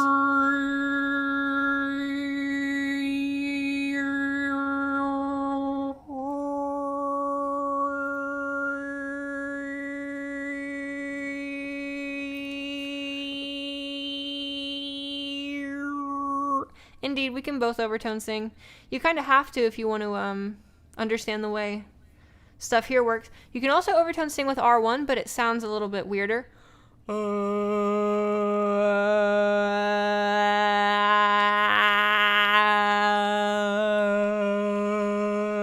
It's less like overtone sing and more like middle undertone singing. Yeah, that one can be a little harder to hear. Like when I first started voice training, I wouldn't have been able to hear that, but now it stands out like the light of day, right? Yeah. So perceptual learning is really, really weird, because even if you think like, oh, I can't hear it, I can't perceive these things, it's actually something that you can learn to perceive. It's not like an innate ability. Well, I mean, kind of it is, but it's something that can be trained. I want to point out what Addie said as well. Throat singing is like 12 billion different things, right? So when someone asks us, can we throat sing? Like, well, it depends, because there's like so many different forms of it. People will describe it as different things. When we talk about overtone singing, the way I would define that is, can we make an overtone or a harmonic perceptually equal or louder in amplitude as the fundamental? And in that case, yes. Throat singing, though, is a very stylistically different thing depending on what part of the world you're from and what you're doing. So, it can be easier, harder to define in that way. Throat singing is like it's essentially a term that white people made up to kind of nag on ways of singing that aren't similar to theirs. So yeah. Now, all right, let's do this giveaway. So we have 145 people that have entered this giveaway. Just to let you know, if you win and I search your name in the inbox and you did 2 entries, you're gonna get passed up. Because that wasn't the rules. Okay, I don't know if anyone did that, but I'm just saying, we want it to be fair for everybody. So here's what we're going to do. 145 people are in the inbox. I would show the inbox to show the selection or whatever, but a bunch of people's names are there, and I think that's a weird invasion of privacy. So instead what I will do is I will show the RNG thing. So I'm going to go ahead and do random number. Let me go to the front of the inbox and delete the 2 stock Google greeting emails. So, because that means there's 2 in the inbox that aren't people who submitted. Delete. We have to give the free voice lessons to Google. Yeah, okay. So we've got 143 people here. That's where we're closing it. And then I'm going to go ahead and pull up our random number. Random number picker generator between minimum 1, maximum 143. And I will go ahead and pull this up on stream so everyone can see where it lands. Sorry, it's over your face, Clover. Oh, I'm like Mike Wazowski. Okay, wait, here we go. Let me get this right. Okay. Why doesn't it scale? Oh, I have to do it this way, don't I? Yeah, okay. There we go. All right, so we've got, yeah, Nightbot winning its own raffles. Gotta love that. Okay, so here we go. Oh, and yeah. All right, so here we go. Our first giveaway. 1 to 143. Let's see who it is. 92. Now, let's see here. How do I do this? So here's 100. So I just need to go to the 100th one and count back 8. So let's see here. So here's 143. Here's that. And now I need to count back 8. 1, 2, 3, 4, 5, 6, 7, 8. The winner is C. Cravens. And I will send you an email for that. Are you in chat, individual who just won? If so, let us know. And I'll be sending you an email back for that. Let me go ahead here and draft an email in the official Trans Voice Lessons email, and I will reach out to you via email. Let's see. Thanks everyone for participating, though. I'm just going to go ahead and send you a thing that says giveaway winner, and then hello with a big heart, and then you can message back to let us confirm that you've got that, so that everyone knows everything is fair and ethical. Was the person in chat? I didn't know, I wasn't reading. I don't see them, but I sent them an email. So, all right, excellent. We're gonna do another giveaway too, but it's gonna be hi, it's gonna be different. It's Cherie. Oh. Or Cherie? I don't know. Oh. Cherie or Cherie? Oh, wonderful. Well, congratulations. Love that. And I sent you an email from the TVL email, so you can just message back to that. Let us know you got it. Let us know it's confirmed. And then I can send you after the stream. I'll send you instructions on how to redeem all of that stuff. So excellent. Thank you all for participating. Now, I'm going to be doing a giveaway as well. And I don't think we'll do it that way. What I was thinking is after we finish this live stream, everyone who posts a comment on the live stream when it's done on the YouTube channel will be entered into a random pick giveaway, because there are bots that can just pick a random comment from a YouTube video. So I think that's how I will do mine, and that also seems like a cool way to get you all to comment on a video, which the algorithm loves. So okay, wonderful. Now let's do some more vocal practice here. Good. So what kind of sounds do you want to play with now? We've played with vocal weight. We've started to talk a little bit about fullness. I don't think we've necessarily, went all the way deep with everything, but I think we've covered some pretty decent ground so far. Is there some other things you want to talk about here? I think we could expand on fullness a little bit. Yeah. Do you want me to pull up a graph? Yeah, I would love a graph. All right, I'll go ahead and pull us up a graph. So we're going to go ahead and so really here's the key with fullness that we like to preach. Fullness is this interesting idea because oftentimes what people struggle with the most is this idea of resonance versus weight. How do you know if your resonance is high enough? How do you know if your weight is low enough? Well, let me make it so it's not covering us up. Status bar removed. Grid line removed. I maybe should have used Photoshop for this. Okay. Oh, I know what I gotta do. I'll just make me taller. Okay. We're going to go ahead and make a beautiful graph here to show everyone how this works. But basically, the reason why fullness is so amazing is because all of you were able to instantly start saying, oh, that's hollow. Oh, that's overfull. Oh, now we're starting to hear it be more full, right? Well, the wonderful thing about this is that means you are actually hearing incredibly important intersections of voice. And we'll be showing this in a second once I can look at my OBS and make sure, oh, we got to make this line be straight. Okay. So we're going to go ahead and make a little graph here together, interactively, okay? So a little X and a Y, mostly equivalent in size, okay? And then we're going to go ahead and label these. So on this side, we're going to have lightweight, and I'll go ahead and make that by itself. Ah, oh, oh. Your turn. Can you make some light sounds for us while I populate this? Hello. Good. 1, 2. Now make a heavy sound for us. Aw, man, what in the world? Yep, lovely. Now, can you give me high resonance, voiceless? Yep, and we'll say this is small size slash high resonance, kind of the same thing. And now let's do it low And large. Yeah, wonderful. And let me add this little thing down here, large and low resonance. Wonderful. All right, and now we have the basis of what we're going to be talking about here made up. When you're thinking about hollow, and everyone was able to identify hollow, hollowness is actually the combination of low resonance and light weight. And what we see a lot in trans feminine voices is they go to try and feminize the voice, and they often have this kind of like quality about them where they're a little bit too hollow.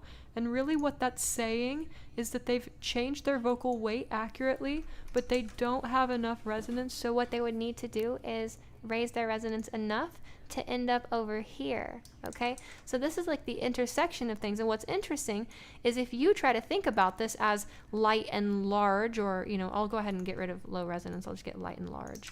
It's a little easier to look at. But, you know, if you try to think about juggling these things, it's a lot harder than if you just think about their resultant sound. Everybody was able to hear hollow, but I doubt a lot of people were hearing hollow as light and large vocal tract with lighter sound. So this allows us to reduce the complexity of us understanding where we are with our resonance versus our weight. And when we did the overfull sound here, really that's like this area up here. That means, yes, we have smaller vocal tract, we have higher resonance, but we're also too heavy with the sound and we end up here. We can think that an average masculine voice is going to end up in this kind of quadrant down here, and the average feminine voice is going to end up somewhere in this quadrant over here, and these deviations towards hollowness or fullness give us important information about our vocal weight and our resonance relative to each other. I'm going to go ahead and put fem/full here. And then I'll go down here and put masc/full. And I would like to just move around this graph with you a little bit, Clover, and maybe we could just show them how some of these things sound. Okay, I can't see the graph, so... Oh, no worries, I'll describe what we're going to do. All right, Okay. So we're going to go from hollow, which is a large vocal tract and light vocal sound, and then we're simply going to try and add smaller vocal tract, higher resonance, and end up on a full feminine sound. So, 1, 2, ba ba Ba, ba, ba, ba, ba, bear. your turn. Oh, 1, 2, ba ba ba ba ba ba ba ba ba ba Bear. Let me get a little more full. Ba, ba, ba, ba, ba, ba, ba, bear. Yes, not bad. Now, did everybody notice that Clover kind of did this? Oh, starting to want to cheat a little buzzy. Ooh, and then that way. So that was a bit of a hook around. We like that. Now, let's go ahead and do, whenever we're doing these clear gender modifications from masculine to feminine, what we're really doing is riding this balance line between weight and resonance. So, 1, 1, 1. 1, 1, 1, 1, 1. Pitch is not a part of this graph, Wanfi. That was a wonderful question. Or Wanfil, I think it was Wanfi. Yep, so when we just move purely across in this gender axis, we're existing mostly within this sort of normal boundary of what we would expect voices to operate inside. So it's like when we deviate from that, we end up with a hollowness or a buzziness. So, 1, 1. 1, 1, 1. Your turn? 1, 1, 1, 1, 1. Yep, and that was the hollow going to full fem. Now let's do masculine going to fem. 1, 1. 1, 1, 1, 1. 1, 1, 1, 1, 1, 1, 1, 1. Wonderful. Now let's go ahead and do this same thing here, but then what we're going to do is we are going to accidentally go too heavy. This is a common mistake for trans feminine speakers. So we're going to go 1, 1, 1, 1, 1, 1, 1, 1. 1, 1, 1, 1, 1, 1, 1, 1. Yes, and now let's add another complex step to this. How about we do that and then lighten so everyone can hear us go from overfull to full fem. So we can go 1, 1, 1, 1, 1, 1, 1, 1, 1, 1, 1. 1, 1, 1, 1, 1, 1, 1, 1, 1, 1, 1, 1. Yes. Now, those are some of the most common mistakes that trans feminine speakers make. Most trans feminine speakers accidentally end up pairing their reduction of vocal tract size, their raising resonance, with getting heavy. And so this sort of quadrant 1 sound, this overfull quality, is kind of what has been commonly referred to in the trans community as, oh, you've got that nasally trans voice or whatever, you know? Now, another thing that we can see, another common trans feminine mistake is this. And we'll talk about Transmasc in a second because there's a lot to gain here as well from that. But check this out. So another common trans fem mistake is they'll start here, you know, we'll start to raise the resonance, we'll start to lighten the weight, but then the resonance will plateau. And then we'll get stuck here and we'll stay out of this zone which we're looking for, which sounds like this. 1, 1, 1, 1, 1, 1, 1, 2, 3, 4. That's what it's like when we shift the weight, but we didn't quite raise the resonance. Go ahead. 1, 1, 1, 1, 1, 1, 1, 2, 3, 4. Yes, exactly. Someone says, just to reiterate, to get a fem voice from hollow, it's just a resonance adjustment, right? Yep. That's the observation to be made here. Indeed. Now what we're going to do is we're going to end up in that hollow space again, and then we're going to fork up and find good fem. So 1, 1, 1, 1, 1, 1, 1, 1, 1, 1, 1.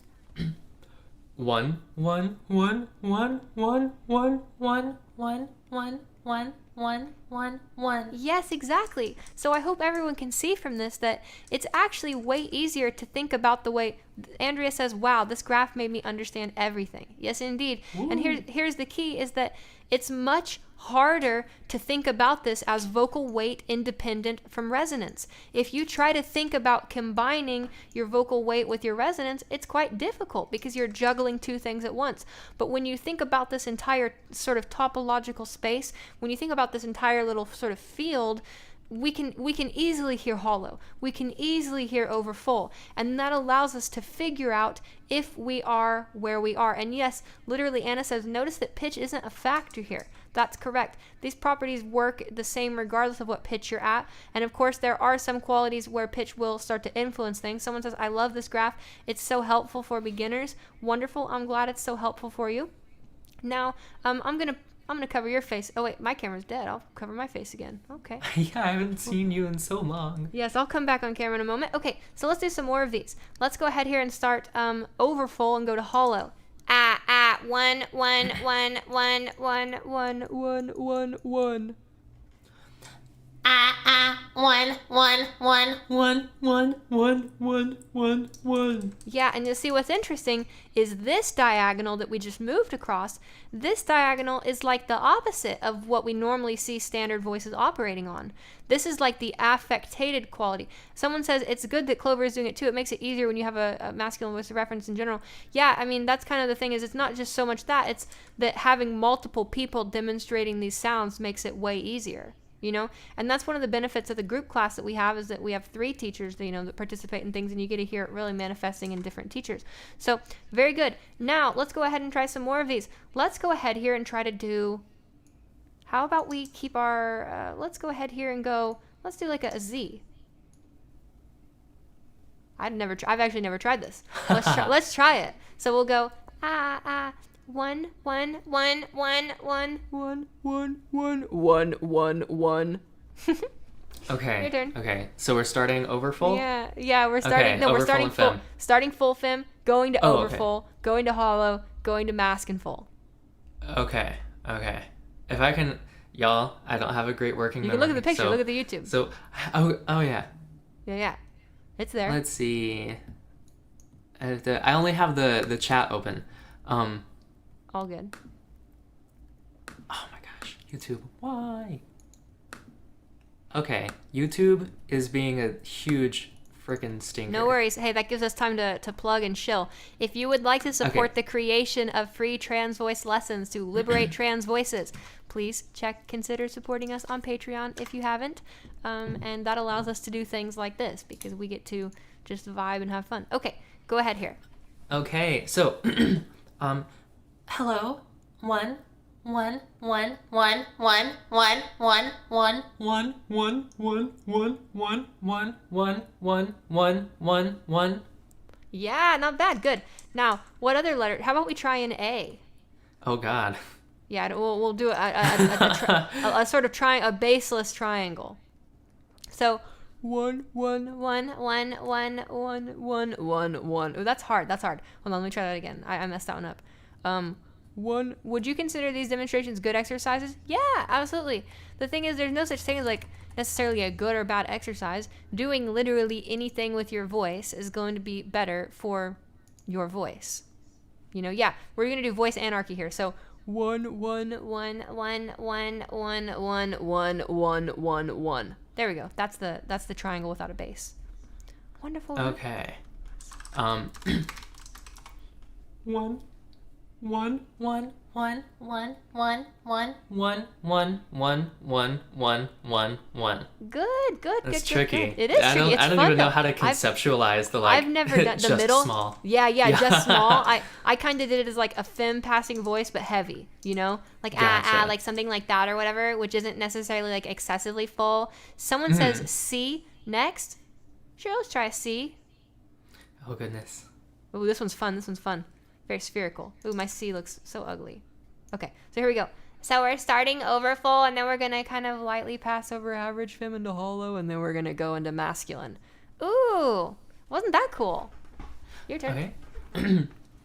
Okay. So starting here, 1 2 3 4 5 6 7 8 9 10 11 12 13 14 15. Yes. That was such a good C. Oh, we did Z a moment ago. Okay, let me change my camera battery now. 1 second. Okay. There's that. Let me switch the battery out.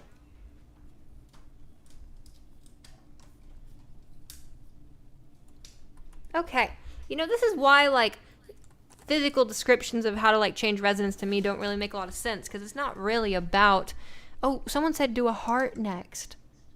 Wouldn't that be so pretty? I'm back on camera now, too, by the way. Okay, I can let's see here. you. Oh, yay. Okay, I'm going to cover you up for a second now, Clover.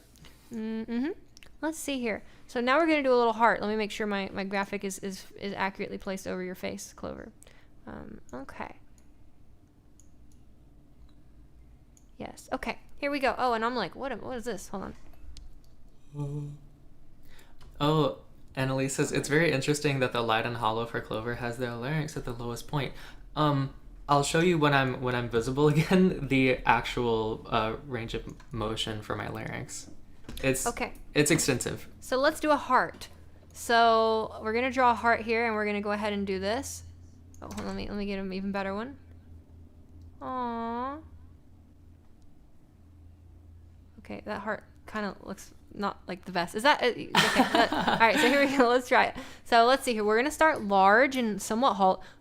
So that like maybe like this is more so like we're pseudo hollow, kind of more in the masculine area. So like let's try this. So 1 1 1 1 1 1 1 1 1 wait 1 1 1 1 1 1 1 1 1 1. Close. That was pretty good. All right, your turn. This one's tough. I like the, particularly, this is amazing practice for me. I hadn't even considered this. That sort of drop at the middle of small, almost allowing a tiny bit of size gain back. Anyways, it's very fun. Go ahead, try that one. Okay. So starting off, pseudo hollow. 1 1 1 1 1 1 1 1 1 1 1 1 1 1 1 1 1 1 1 1 1 1 1 1 1 1 1 1 1 1 1, 1, 1, 1, 1, 1. That's Good. It's tough, right? I don't think I heard. I don't think I heard it's- this dip in resonance at the top. That's the tough I wasn't one. sure what to do there. Yeah, I know, right? Well, I kind of did it in mine where it was just like 1, 1, 1, 1. You know, like not. I didn't necessarily go all the way to like a masculine Right. sound, but I sort of let it come in a bit. 1, 1, 1, 1, 1, 1. Yeah. Yeah, just opening the space a little more. Anybody else have some shapes in mind for us to play with? This is such good exercise. I'm so glad that everyone is so receptive to this. You know, Clover and I have been working on things like this for a while, and really this sort of description of hollowness, fullness is something that Clover sort of prophesized. And you know, one of the main ways that we've been training resonance in our students for a long time is having someone go from hollow to full. But having it in this kind of shape or having it in this kind of quality tends to make it a little easier. Ooh, how about this one? Okay, this is like crazy stuff. Okay, hold on. I gotta think about this one. Let's say I'm so scared. I'm so scared of this one. This is like hard stuff. We're getting into some advanced stuff here. So how about we start here? Wait, where's here? The blue X I'm drawing. This is like chaos magic. This is some crazy stuff. So let's try this. So here we go. So we're gonna go. Okay, here we go. So here, how would I even do this? I can't even like fathom. I have to like process that one, because it's like usually like the corners of the targets, right? But these are like more like the independent qualities by themselves. You want to give it a shot? Right. I'm gonna think about this one for a second. I gotta think. I think I would actually. So I draw mine just a little bit differently, and I think that this I use drawing the paint stencil. might help. Oh, yeah, So send it over. let's see. I have to find my Ah, thing. My folders are also a wreck. Wait, can you do an example going through each axis, like large to small with neutral weight? Yeah. Oh,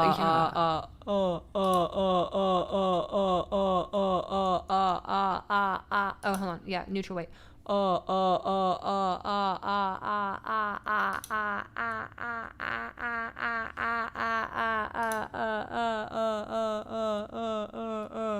It's not really heavy, not really light, getting larger and smaller, and then I'll try to keep neutral resonance.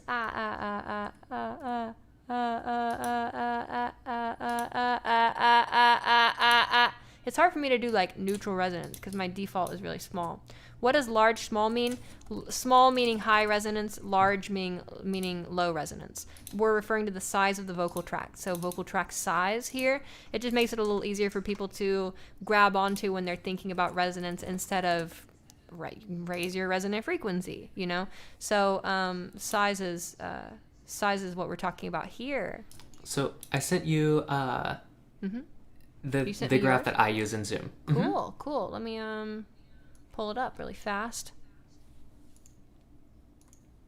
Okay.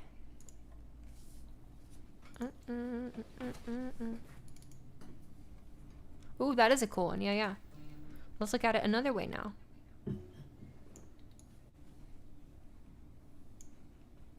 Okay. Oh, let me pull it back up. Whoops. Okay, you know what would be cool? How about we do three? So that we can both be on camera at the same time? Hold on. Okay. Yeah, let's adjust this. We're gonna change our little OBS setup here real fast, like doot, so that we can party together. Okay. And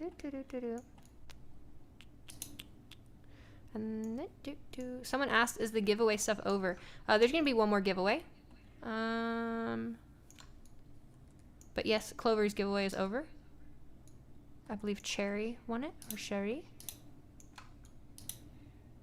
Okay, and then I can go over here and just do this. Oh, that's on you. Let me go ahead and make its own little size over here, and then let me go ahead and just add another display capture. I'm a kind of an OBS noob, but can you guys notice that each time I'm doing this, I'm getting better at OBS every time? It's pretty poggers if I do say so myself. So like, watch, I know how to do this now. Check this out, OBS magic. Fast cropping. Wow. I know I'm becoming. And don't mind to activate Windows. Please don't report me to Windows. Z. Shh. Okay, now we're both on here and we've got this. So here's the way that Clover likes to visualize the graph. Go ahead and talk us through this one. Okay, so this one, it's the same thing. It's just a little less confusing for me to visual. Sorry to interrupt you 1 second. Someone said the video quality is crap. Is that true for everybody? Can everyone read this, or is that just that person? Maybe the resolution they're viewing it on, or the device they're viewing it on. Can everyone see everything? It looks all right to me. Looks fine to me too. So, this the way of visualizing the graph that I use, it just makes it a little more clear that like size and weight are not points on the graph. Like heavy is not a point. It's an axis. Absolutely. So it's otherwise though it is pretty much the exact same thing. If we were to draw a shape on here, we would perform that shape exactly the same way. Would you like to do some? Demonstrate for us. Draw some shapes. All right. I wish I could. How about this? You could share on, or I guess I can draw it. Wait. Oh, yeah. I wish I could give you pen tool. Can you draw on this? In Microsoft Picture Viewer, can you draw? I don't even know if I have Microsoft Picture Viewer. You can probably share your screen with Paint or whatever, and I'll just pull up your window and make it a third one. Okay. Let's see. Paint. And I'll get that open. How much can you learn in 1 week if you potentially tried? I mean, I've had students get all the way to a feminine passing voice in 1 week. I've had people do it in an hour. That's not like normal, and you shouldn't like anticipate that. But this is very non-linear, you know. I have a tendency to mix my voice whenever I short my vocal track length just because I'm singing background. What kind of exercises? What do you mean by mix your voice? Do you mean like use a mixed register or what? Hi, Clover and Zhea. Do you also give lessons to non-native speakers abroad as long as they're able to speak English? Absolutely. Both Clover and I work with English second language speaking individuals and individuals that speak. Actually, our group class last 2 months ago had several English second language speakers. So, yep, you're definitely welcome in our programs. I have so many windows open right now. Okay, starting to share a screen. There it goes. And now this changes what I'm doing a lot. Hold on, let me OBS magic it up. Okay, now we're like... Okay. I'll fix this. Good thing I learned how to do OBS recently. So now we're here, and then I can just hide this one for now until we get rid of it. And then look at that. Everyone, can I get a round of applause for my OBSing? I guess it's kind of... I need to hide the titles. Thank you. Thank you. I appreciate it greatly. There's that. Here's this. Open that. Ooh, there we go. All right, you're good to draw away. Cool. So, right down here, if size is lower, more towards 0, right, that's going to be... Oh, let me get a different color. If I can. Hello, colors. We're going with orange. You can't actually. Colors cost extra. Okay. Oh, no. So, we'll do an F over there and an M over there, right? High weight, high size, full. So, if we were to draw any shape, right, it's... it'll it'll work much the same way. I don't know a shape, though. Yeah, shapes are a little easier to picture in do a squiggle maybe. A little squiggle? Okay. Yeah, see, I've got to wrap my head around this graph. I normally don't do it. So, let's see here. So that's going to be staying in a lightweight, increasing size into the hollow, coming down into the full. So that'd be like that'd be like this, and then like going up, and then like there, and then like over there, and then like up there, or something like that. It's harder for me to conceptualize movement through this space than the other space. Gotcha. So starting so it's starting off pretty full, and then going up toward hollow, and then it moves down back to full, and we get into overfull, and then we come up and we are somewhere in that more masculine full range. I see. So- So you've got feminine bottom corner, masculine top corner. Okay, that's the part I was not seeing before. Okay. Yeah, so I'll try that one. So here I am, and then I'm like gonna get like, or for some reason I did that pitch. Okay, so here I am, and then I'm gonna get like hollower, and then I'm gonna get like full, and then I'm gonna get like over full, and then that's weird.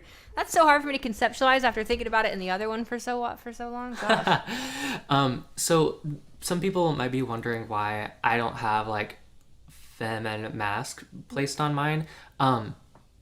They definitely are there, like they're definitely implied there, but interestingly, when doing singing work, singers like often unintentionally learn at least the tools for gender alteration in the voice.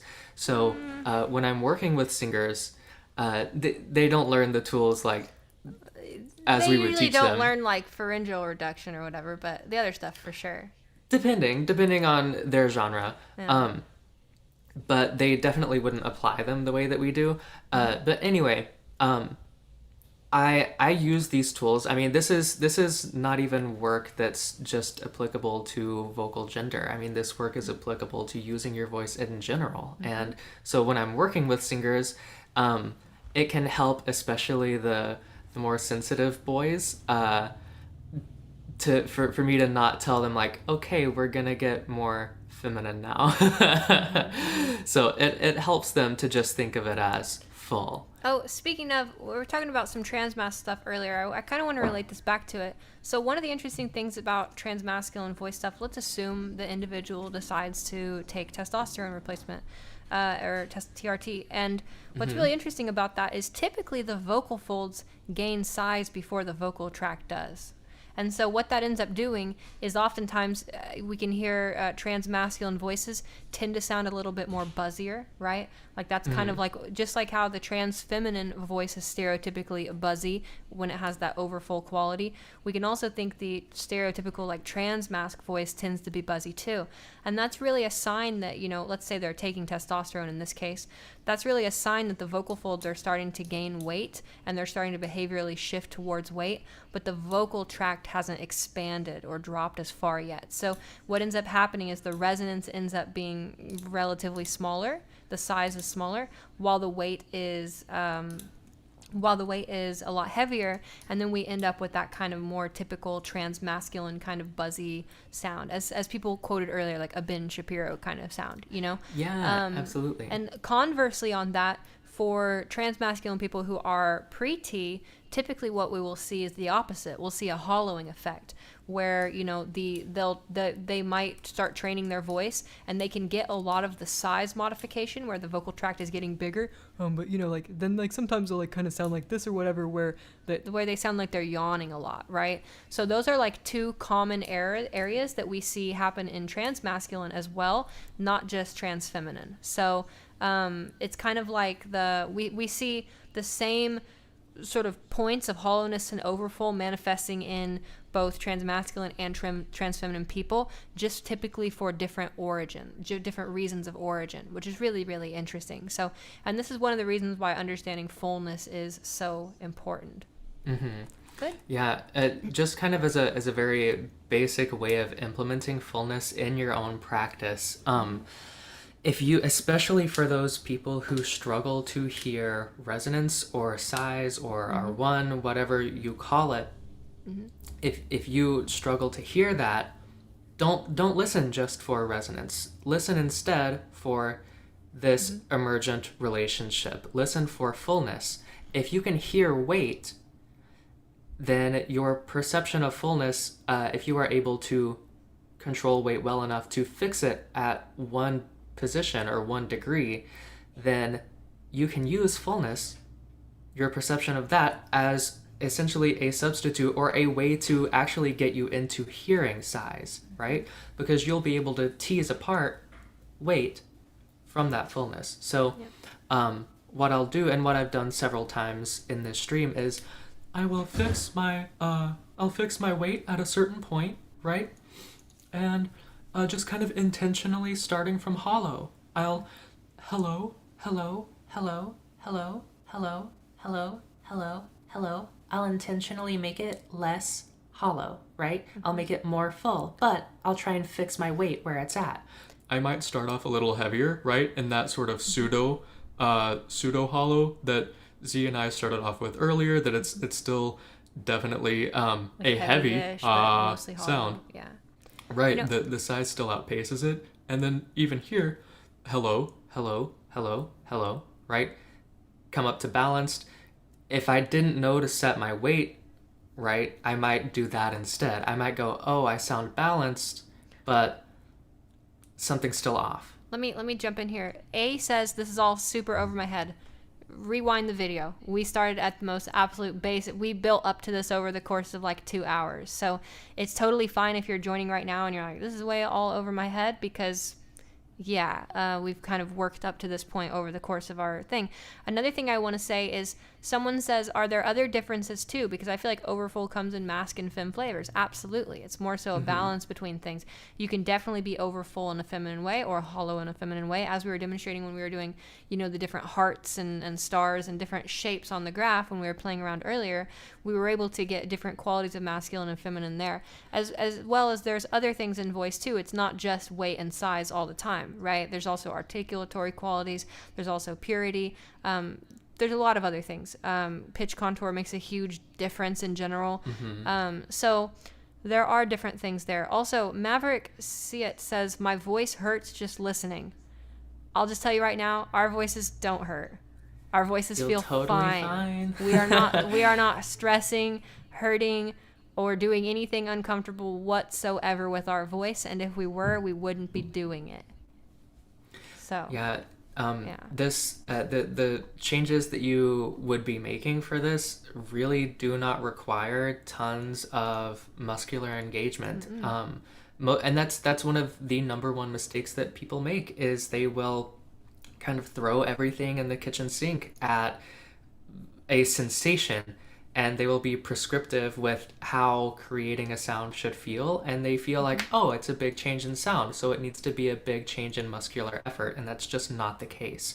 That's why earlier Z mentioned that sort of being intentionally as lazy as possible, intentionally, strategically lazy.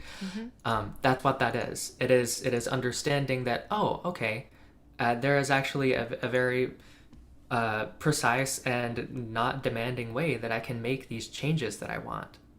All right, you can quit sharing your screen. Let's go back into full cam, and then we start to wrap up because I'm getting hungry. I don't know about you. Right. Okay, let's see here. So how do we do this? Oh, I guess maybe we can do all at once, or I'll just go ahead and fix this here.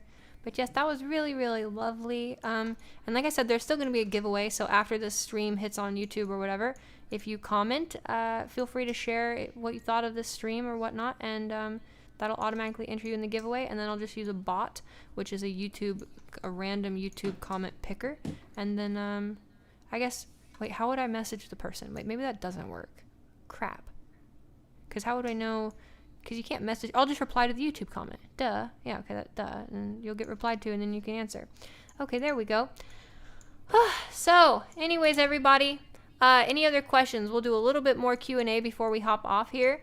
But we are sort of getting close to wrapping up. We talked about vocal weight. We talked a little bit about fullness. There's still so many more dimensions that we could talk about. And of course, it's that time again. Every hour on the hour, gotta plug the stuff. So if you would like to take lessons with either of us, oh, thanks so much for the super chat. That's our first super chat today. Thank you, Kindness Skylar. I really appreciate that. That's honestly awesome. So, so we've got some questions coming in. If you would like to take lessons with either of us, our website is now functional. We had like a 9,000 person email waiting pool, and that was absolute chaos and was absolute failing and disaster. So now we have auto booking. So if you want to take lessons with us, you can check out our website. There's an About Us page, there's a services listed page, and then there is the booking page. So you can do all that yourself. If you have any extra questions, or you want to hear student results, or you have, you're interested in the scholarship opportunities, if you're trans youth or a trans person of color. Oh God, super chats rolling in. Oh shit. Thank you so much, Zalasna. Much appreciated. I always get a lot of dysphoria when trying to practice and failing. Any tips for that? Yeah, so I've talked about this. Any discount codes? We don't have any yet, but maybe we could maybe swing things, maybe a sliding scale if necessary. But how much are group lessons? They're on the website. So all pricing and everything and booking is totally on the website. You can also check our availabilities. In general, my availability right now is about 6 weeks out or so. Clover's availability is about a week and a half, 2 weeks out right now. So Zlasna says, I always get a lot of dysphoria when trying to practice and failing. Any tips for that? Yeah, so there's a couple things I want to say. First off, it will help you a lot. Oh, let me move my pronoun too. It'll help you a lot. Oops, wrong thing. It will help you a lot if you try to separate your validity and your identity from voice. You know, there's often this notion, and I've talked about this a lot in different streams and different things that I've done, but there's often this notion that there is like one voice and you're working for your voice, right? This sets us up for a lot of toxic stuff internally, because then it feels like we have this problem where, you know, we're looking for this tiny little isolated point of action. You just need to explore your voice in general. Try to separate identity stuff from this. Try to separate all of that from it and think about this on a voice level. You know, there's a bit of this cosmic irony, I guess, to this, which is that cis people tend to be able to feminize their voice a little easier and faster than trans people. And that is because trans people tend to have all this vocal dysphoria, which kind of gets in the way of practice. So think about this more like a skill of voice. Think about this less like you taking steps forward in your identity or your validity or your transness. I had to do that in order for me to work through my dysphoria. Another thing that can help you is if you really zoom out, and I talk about this in all my workshops and all my things I do, but if you really zoom out and you think about this stuff on a broader level, you can start to realize that, like, what are you like, I always say it this way, but like, you know, your vocal folds are wiggly little flaps in your neck, and your vocal tract is a wiggly little meat tube, and you're just trying to learn how to wiggle your vocal folds a certain way and shape your vocal tract a certain way.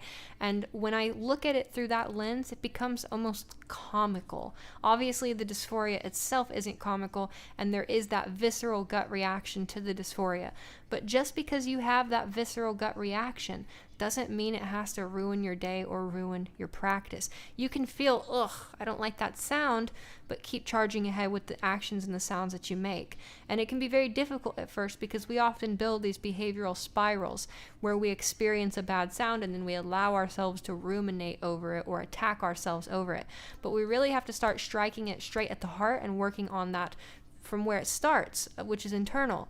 And another thing, if you're finding that, for me, it helped a lot to work on my internalized transphobia. I don't know, I can't necessarily comment directly in your case here, but for me, I had a whole lot of internalized transphobia, and it wasn't until I really started to analyze, like, what does being trans mean to me? Do I view myself as more valid or more valuable or less valuable as a human being for being trans? And really interacting with these kinds of questions, was I able to get to a place where I was comfortable enough to practice?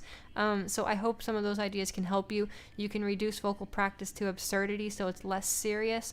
You can start to work on internalized transphobia stuff. You can catch your visceral reaction where it happens and then try to counterbalance that with more self-love. You can totally separate your identity from your voice at all and focus purely on the sound component of it.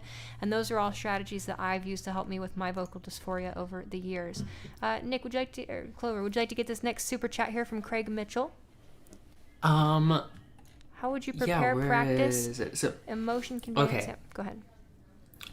Yes, how would you prepare or practice emotional conveyance? I have a friend who's convinced her voice drops back into male mode when she's angry or stressed. So, the best way to prepare or to practice is to do. So, when angry, when upset, if that's, you know, your friend, or really for any emotion, one of the best things, one of the best modalities for practice is to be in that situation and to decide to do it. That is, I mean, you are essentially forming a new habit. That your voice is a series of habits. So emotion comes into that, and how you vocally express yourself is, again, a series of habits. So it's a you'll want to actually do that. Something that you can do to prepare for that is to sort of simulate those emotions sort of in the lab, right? You can in your practice time go and try and sound angry, try and sound stressed out, right? That way you have somewhere that you think, okay, at least I know I can go here, right? Will I still have to do some conscious resetting in those moments where I am really experiencing those emotions? You very well may. But having something set up there to go to can be very helpful. Yes, and I also want to say thank you so much for the super chat, as is TCF. Thank you so much, Craig Mitchell. Thank you so much, The Darkness Hype and Zelasna, and Kinda Skylar for kicking that off. Yes, really, really appreciate that a lot. Let's see here. I don't have much control. And I don't have much. somebody's- dysphoria. Oh, go ahead. What were you gonna say? Several people are asking to see my larynx range. So, two things. One, first thing, here it is. Goes all the way up, all the way down. That's not helpful. That's the second thing. Is you're. I can take my larynx as high as I can, right? And that's not making a good sound. I can take my larynx as low as I can, and that's not making a good sound. In fact, if I'm going to like, Hello, right? Somebody said when I go hollow, my larynx goes all the way down. Obviously not. right? If it, Hello.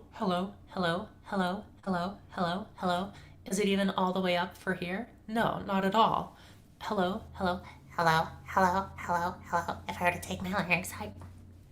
don't focus on larynx height. Focus on Yeah. the sound. Yeah, I know my camera went out. It overheated again.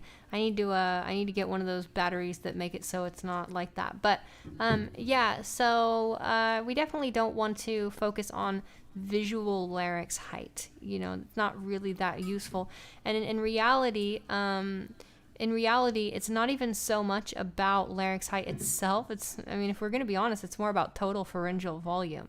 If we're thinking about the effect that we're modifying with resonance. So, we don't necessarily see total pharyngeal volume when you're looking at laryngeal prominence and the height of the larynx in your neck. So it's not really a good indicator. In fact, when I turn my camera back on, I can show you how I can mostly keep some things lower relatively, but sound higher or sound smaller or bigger. The Darkness Hype, thank you again so much for the super chat. Another one, Darkness Hype asks how to get from the overfull to the fem full sound. Just softness? Yeah, you would want to reduce your vocal weight. So we were talking about that in the very earliest part of this call. We went over several different exercises and approaches for that. And also in the recent beginner video that I just recently released, that has several different exercises that you could experiment with to help you find greater control over vocal weight. Now, you can also not necessarily do any specific exercise, but you can also just play around with your voice and, try to keep that structure as it is while you try to lighten the weight more. Yeah, very good. And thank you so much for the super chat as well, Annalise. Question could, and I think that you already did that. You showed the larynx range still, Clover. Very good. Lovely. Any other, if you see this, my biggest issue is it feels like where I resonate from. I always end up settling into resonating from my throat. Clover, you want to handle this one? I was typing an answer to another question. Oh, okay, no worries. Yeah, you can type. So this thing about, do you do voice lessons? Do you do voice That was the one I was lessons? answering. Oh, okay, got you. But yeah, voice only is available on request. Yeah, absolutely. We always will have camera, but you don't have to have a camera when you work with us. In fact, I'd say probably 30% of the students I work with don't have cameras. Whether that's just because that's, how they're more comfortable, or they just don't have a webcam, that's totally fine. Someone said, if you see this, my biggest issue. So, Bitch Corpse, this cool name. Basically, you can't really rely on it like that. Because when you say, where you resonate from, there's not really, static locations of where you resonate from. Your entire vocal tract is a resonator itself, and the entire vocal tract actively participates in the behavior of resonance. And when you change any aspect of the vocal tract, you change resonance as a whole. So, we can't really put sound in the throat, or put sound in the chest, or put sound in our cheek.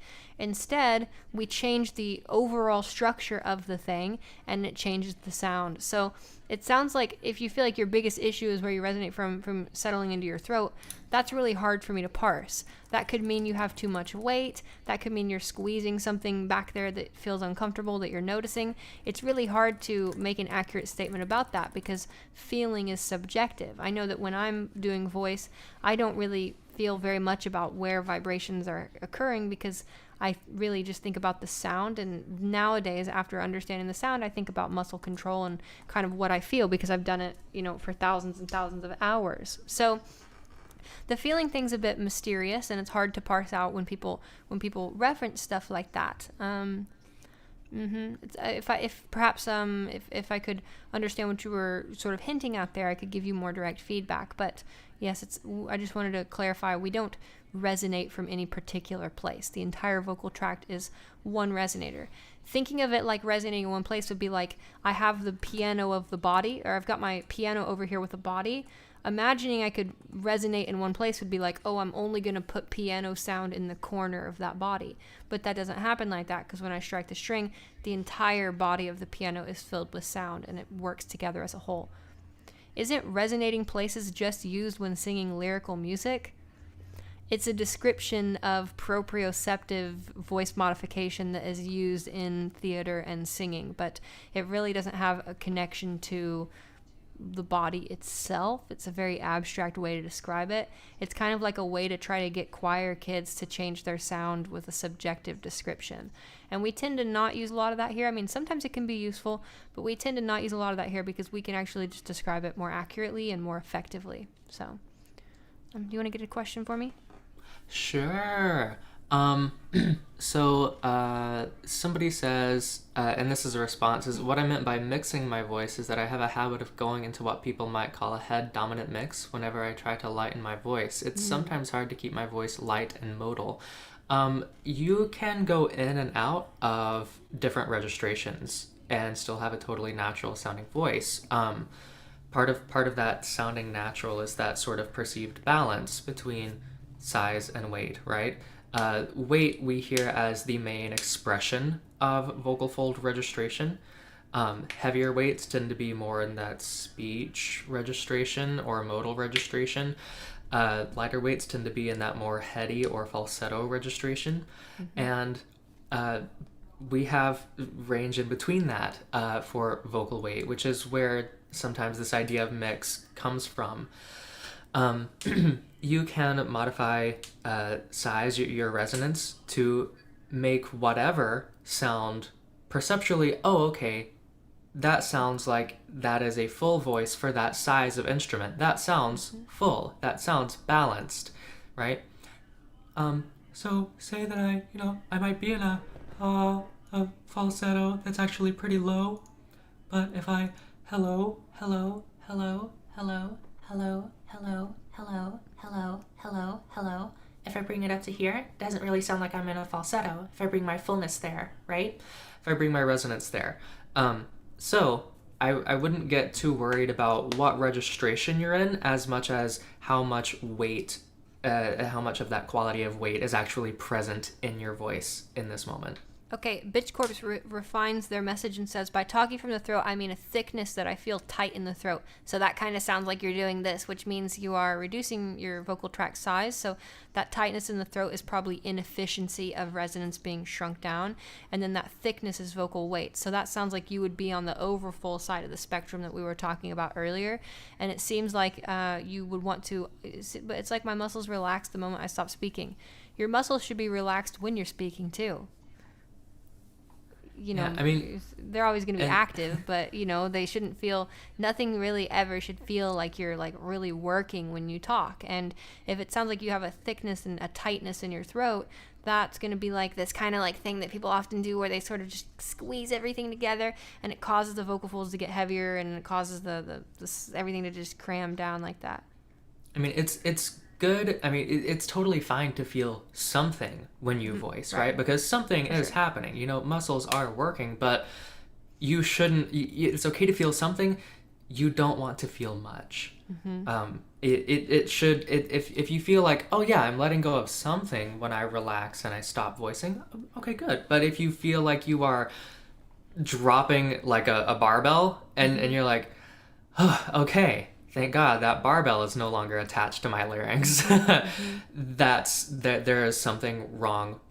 There is something really inefficient about that process of vocalization, and that probably ought to be addressed. Someone says, do you have to fully master your voice feminization to be successful at singing more feminine? Nah, you can do them simultaneously. It's fine. I mean, definitely. I think one of the biggest things I like to say when talking about the singing versus speaking thing is, look, there's one skill which is feminization, and there's another skill which is singing. You know, like singing is its own entire space of things that you can be good at, and then adding feminization on top of that is mostly pretty similar to speaking. But when you're singing, there are so many more situations that occur. In speech, the amount of situations that occur are fairly, they're okay. There's a certain amount that will crop up, and generally speaking, it's in a fairly narrow range, and generally speaking, you have a kind of certain way the vowels behave, and you kind of have a certain way you articulate, and a certain loudness and everything. But when you start to sing, all of a sudden there's more fluctuations in loudness more often. There's more fluctuation in pitch range. You have a lot of register crossing. So we can think the process of feminizing a singing voice is pretty similar to feminizing a speaking voice. However, there is a substantial change because there's a sort of combinatoric explosion, if you will. There's a lot more events and scenarios that you have to get used to in feminizing singing. But generally speaking, the fundamental properties of how you would feminize or masculinize a sound remain consistent. It's just that there's so many more situations that you have to be aware of, and that's what can take someone longer to get, better at, because they have to experience all those situations and find solutions as they move across their range and move across their volume. So it can definitely be harder, but it's great to do at the same time. When I get a student who wants to work on feminizing singing or has a background of singing, what we can do is we can frame some of the speaking exercises in a singing context. So in a way, they're kind of, putting 2 steps forward for both of those things there. Yeah. Good. Okay. Well, it's been real today, everyone. I think we're going to start to wrap up. We could do this all day long. We'll try to do another stream like this maybe in a month or so, or whenever our schedules align. Remember, one last shilling. If you'd like to support the creation of free trans voice lessons, including streams like this, check us out on Patreon. This is what allows us to create the highest quality content that we do and make it completely free and accessible for everybody. So there's that. If you would like to work with us in private lessons, both Clover or I, you can check out our website, which has our availability, our booking, our services offered. Also, we have a group class starting mid-September this upcoming month. I think it's about halfway full, so you're welcome to hop in that group class. It will be very lovely. Is there anything else that we need to plug? The scholarships. Website? If you're I plugged the website. If you are a trans youth and you are interested in a scholarship opportunity, please email us a little bit about yourself and your experience and your story. And then we're gonna have that page on the website more clear so everyone knows what we're looking for in terms of scholarship and what you need to submit for that. We'll be setting all that up hopefully within the next 2 weeks. And then also we have that Trans Person of Color scholarship, which was actually created by a generous benefactor who created a bank of funds there, which allow us to help people for free. So Ellery, how much is a group class? That's all information available on our website. And I think we may do a soft sliding scale fee thing for some cases there, if it seems like the right thing in that situation. But go ahead and check all of that out. Otherwise, I'll go ahead and send the links one more time. Oh, and the giveaway. So after I end this video will end up landing on the YouTube channel. And if you would like to enter a giveaway for 2 free lessons with me, simply comment under the YouTube video. You can comment anything. You can say hello, or you can tell us what your favorite part of this video was, or what you felt the most helpful thing was, or if this video helped you at all. Feel free to leave a comment under the video. The streams, once they go live, typically don't get a lot of comments, and so anyone who leaves a comment under there will probably have a higher chance to win a giveaway than the email giveaway we did earlier, which had about 200 and some 100 and some entries in it. Okay, so there is how you do that, and then I'll reply to you via the YouTube account once the random picker has done. I'll let the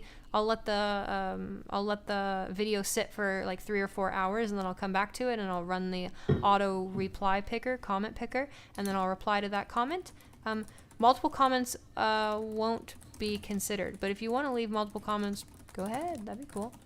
Do either of you work with insurance? Unfortunately, we can't work with insurance because that's an institutional barrier.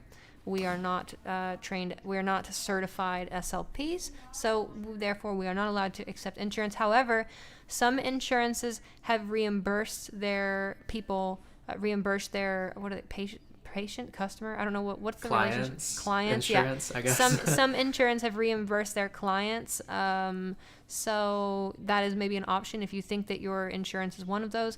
We are more than glad to. We have to just basically write a letter to your insurance or give you a letter to bring to your insurance, and we are more than glad to accommodate that if your insurance supports programs like that. So. Yeah. Yeah. Generally an issue with insurance and trans voice stuff is they do not like to provide it unless there is a sort of clinical aspect to it, which we generally don't do. We are focused on voice habilitation, not voice rehabilitation. So for those clinical cases, often we don't do clinical care, right? So SLPs generally are the people to go to for if you need insurance to cover something. But like Z mentioned, once in a while somebody is able to get in touch with their insurance after the fact and try and get a reimbursement for it, and we can provide a letter. But it is totally up to your insurance company. We unfortunately don't have any way to ensure that insurance would cover our services. Last question. Vivian Angel says, how do you type so fast, Z? At my absolute peak, I type 170 words per minute, so I'm one of the world's fastest keyboard typers in the West. So yeah, I don't know. I actually started typing. My thing is, I'll answer this question seriously. The reason why I can type so, that is serious though, 170 words per minute is my peak. When I was a kid, I've been playing StarCraft Brood War for like 20 years, 21, 22 years, and StarCraft Brood War is all about fast keyboard pressing, and I used to role play on StarCraft Brood War, so I would have to type like character name space colon space then type, you know? And so by the time I hit middle school and took my first keyboarding class, I was already typing 130 words per minute, and I would only use 6 fingers, and the teacher gave me a nickname, and then I basically, you know, they'd give us like an hour's worth of class homework, and I would get through it in like 3 minutes, and then I would just sit there and play chat games all day or whatever. So StarCraft Brood War, not StarCraft 2. You gotta understand, I'm old. Not old, I'm just joking. But there goes my camera. All right, no StarCraft 2 though. StarCraft Brood War only. All right, goodbye everyone. We are gonna end our stream. It's been so amazing. Take care. Have a wonderful rest of your day. Farewell. Oh, and thank you for the last super chats. Any last super chats? Thank you so much, Emily E. We're gonna end now. Thank you so much.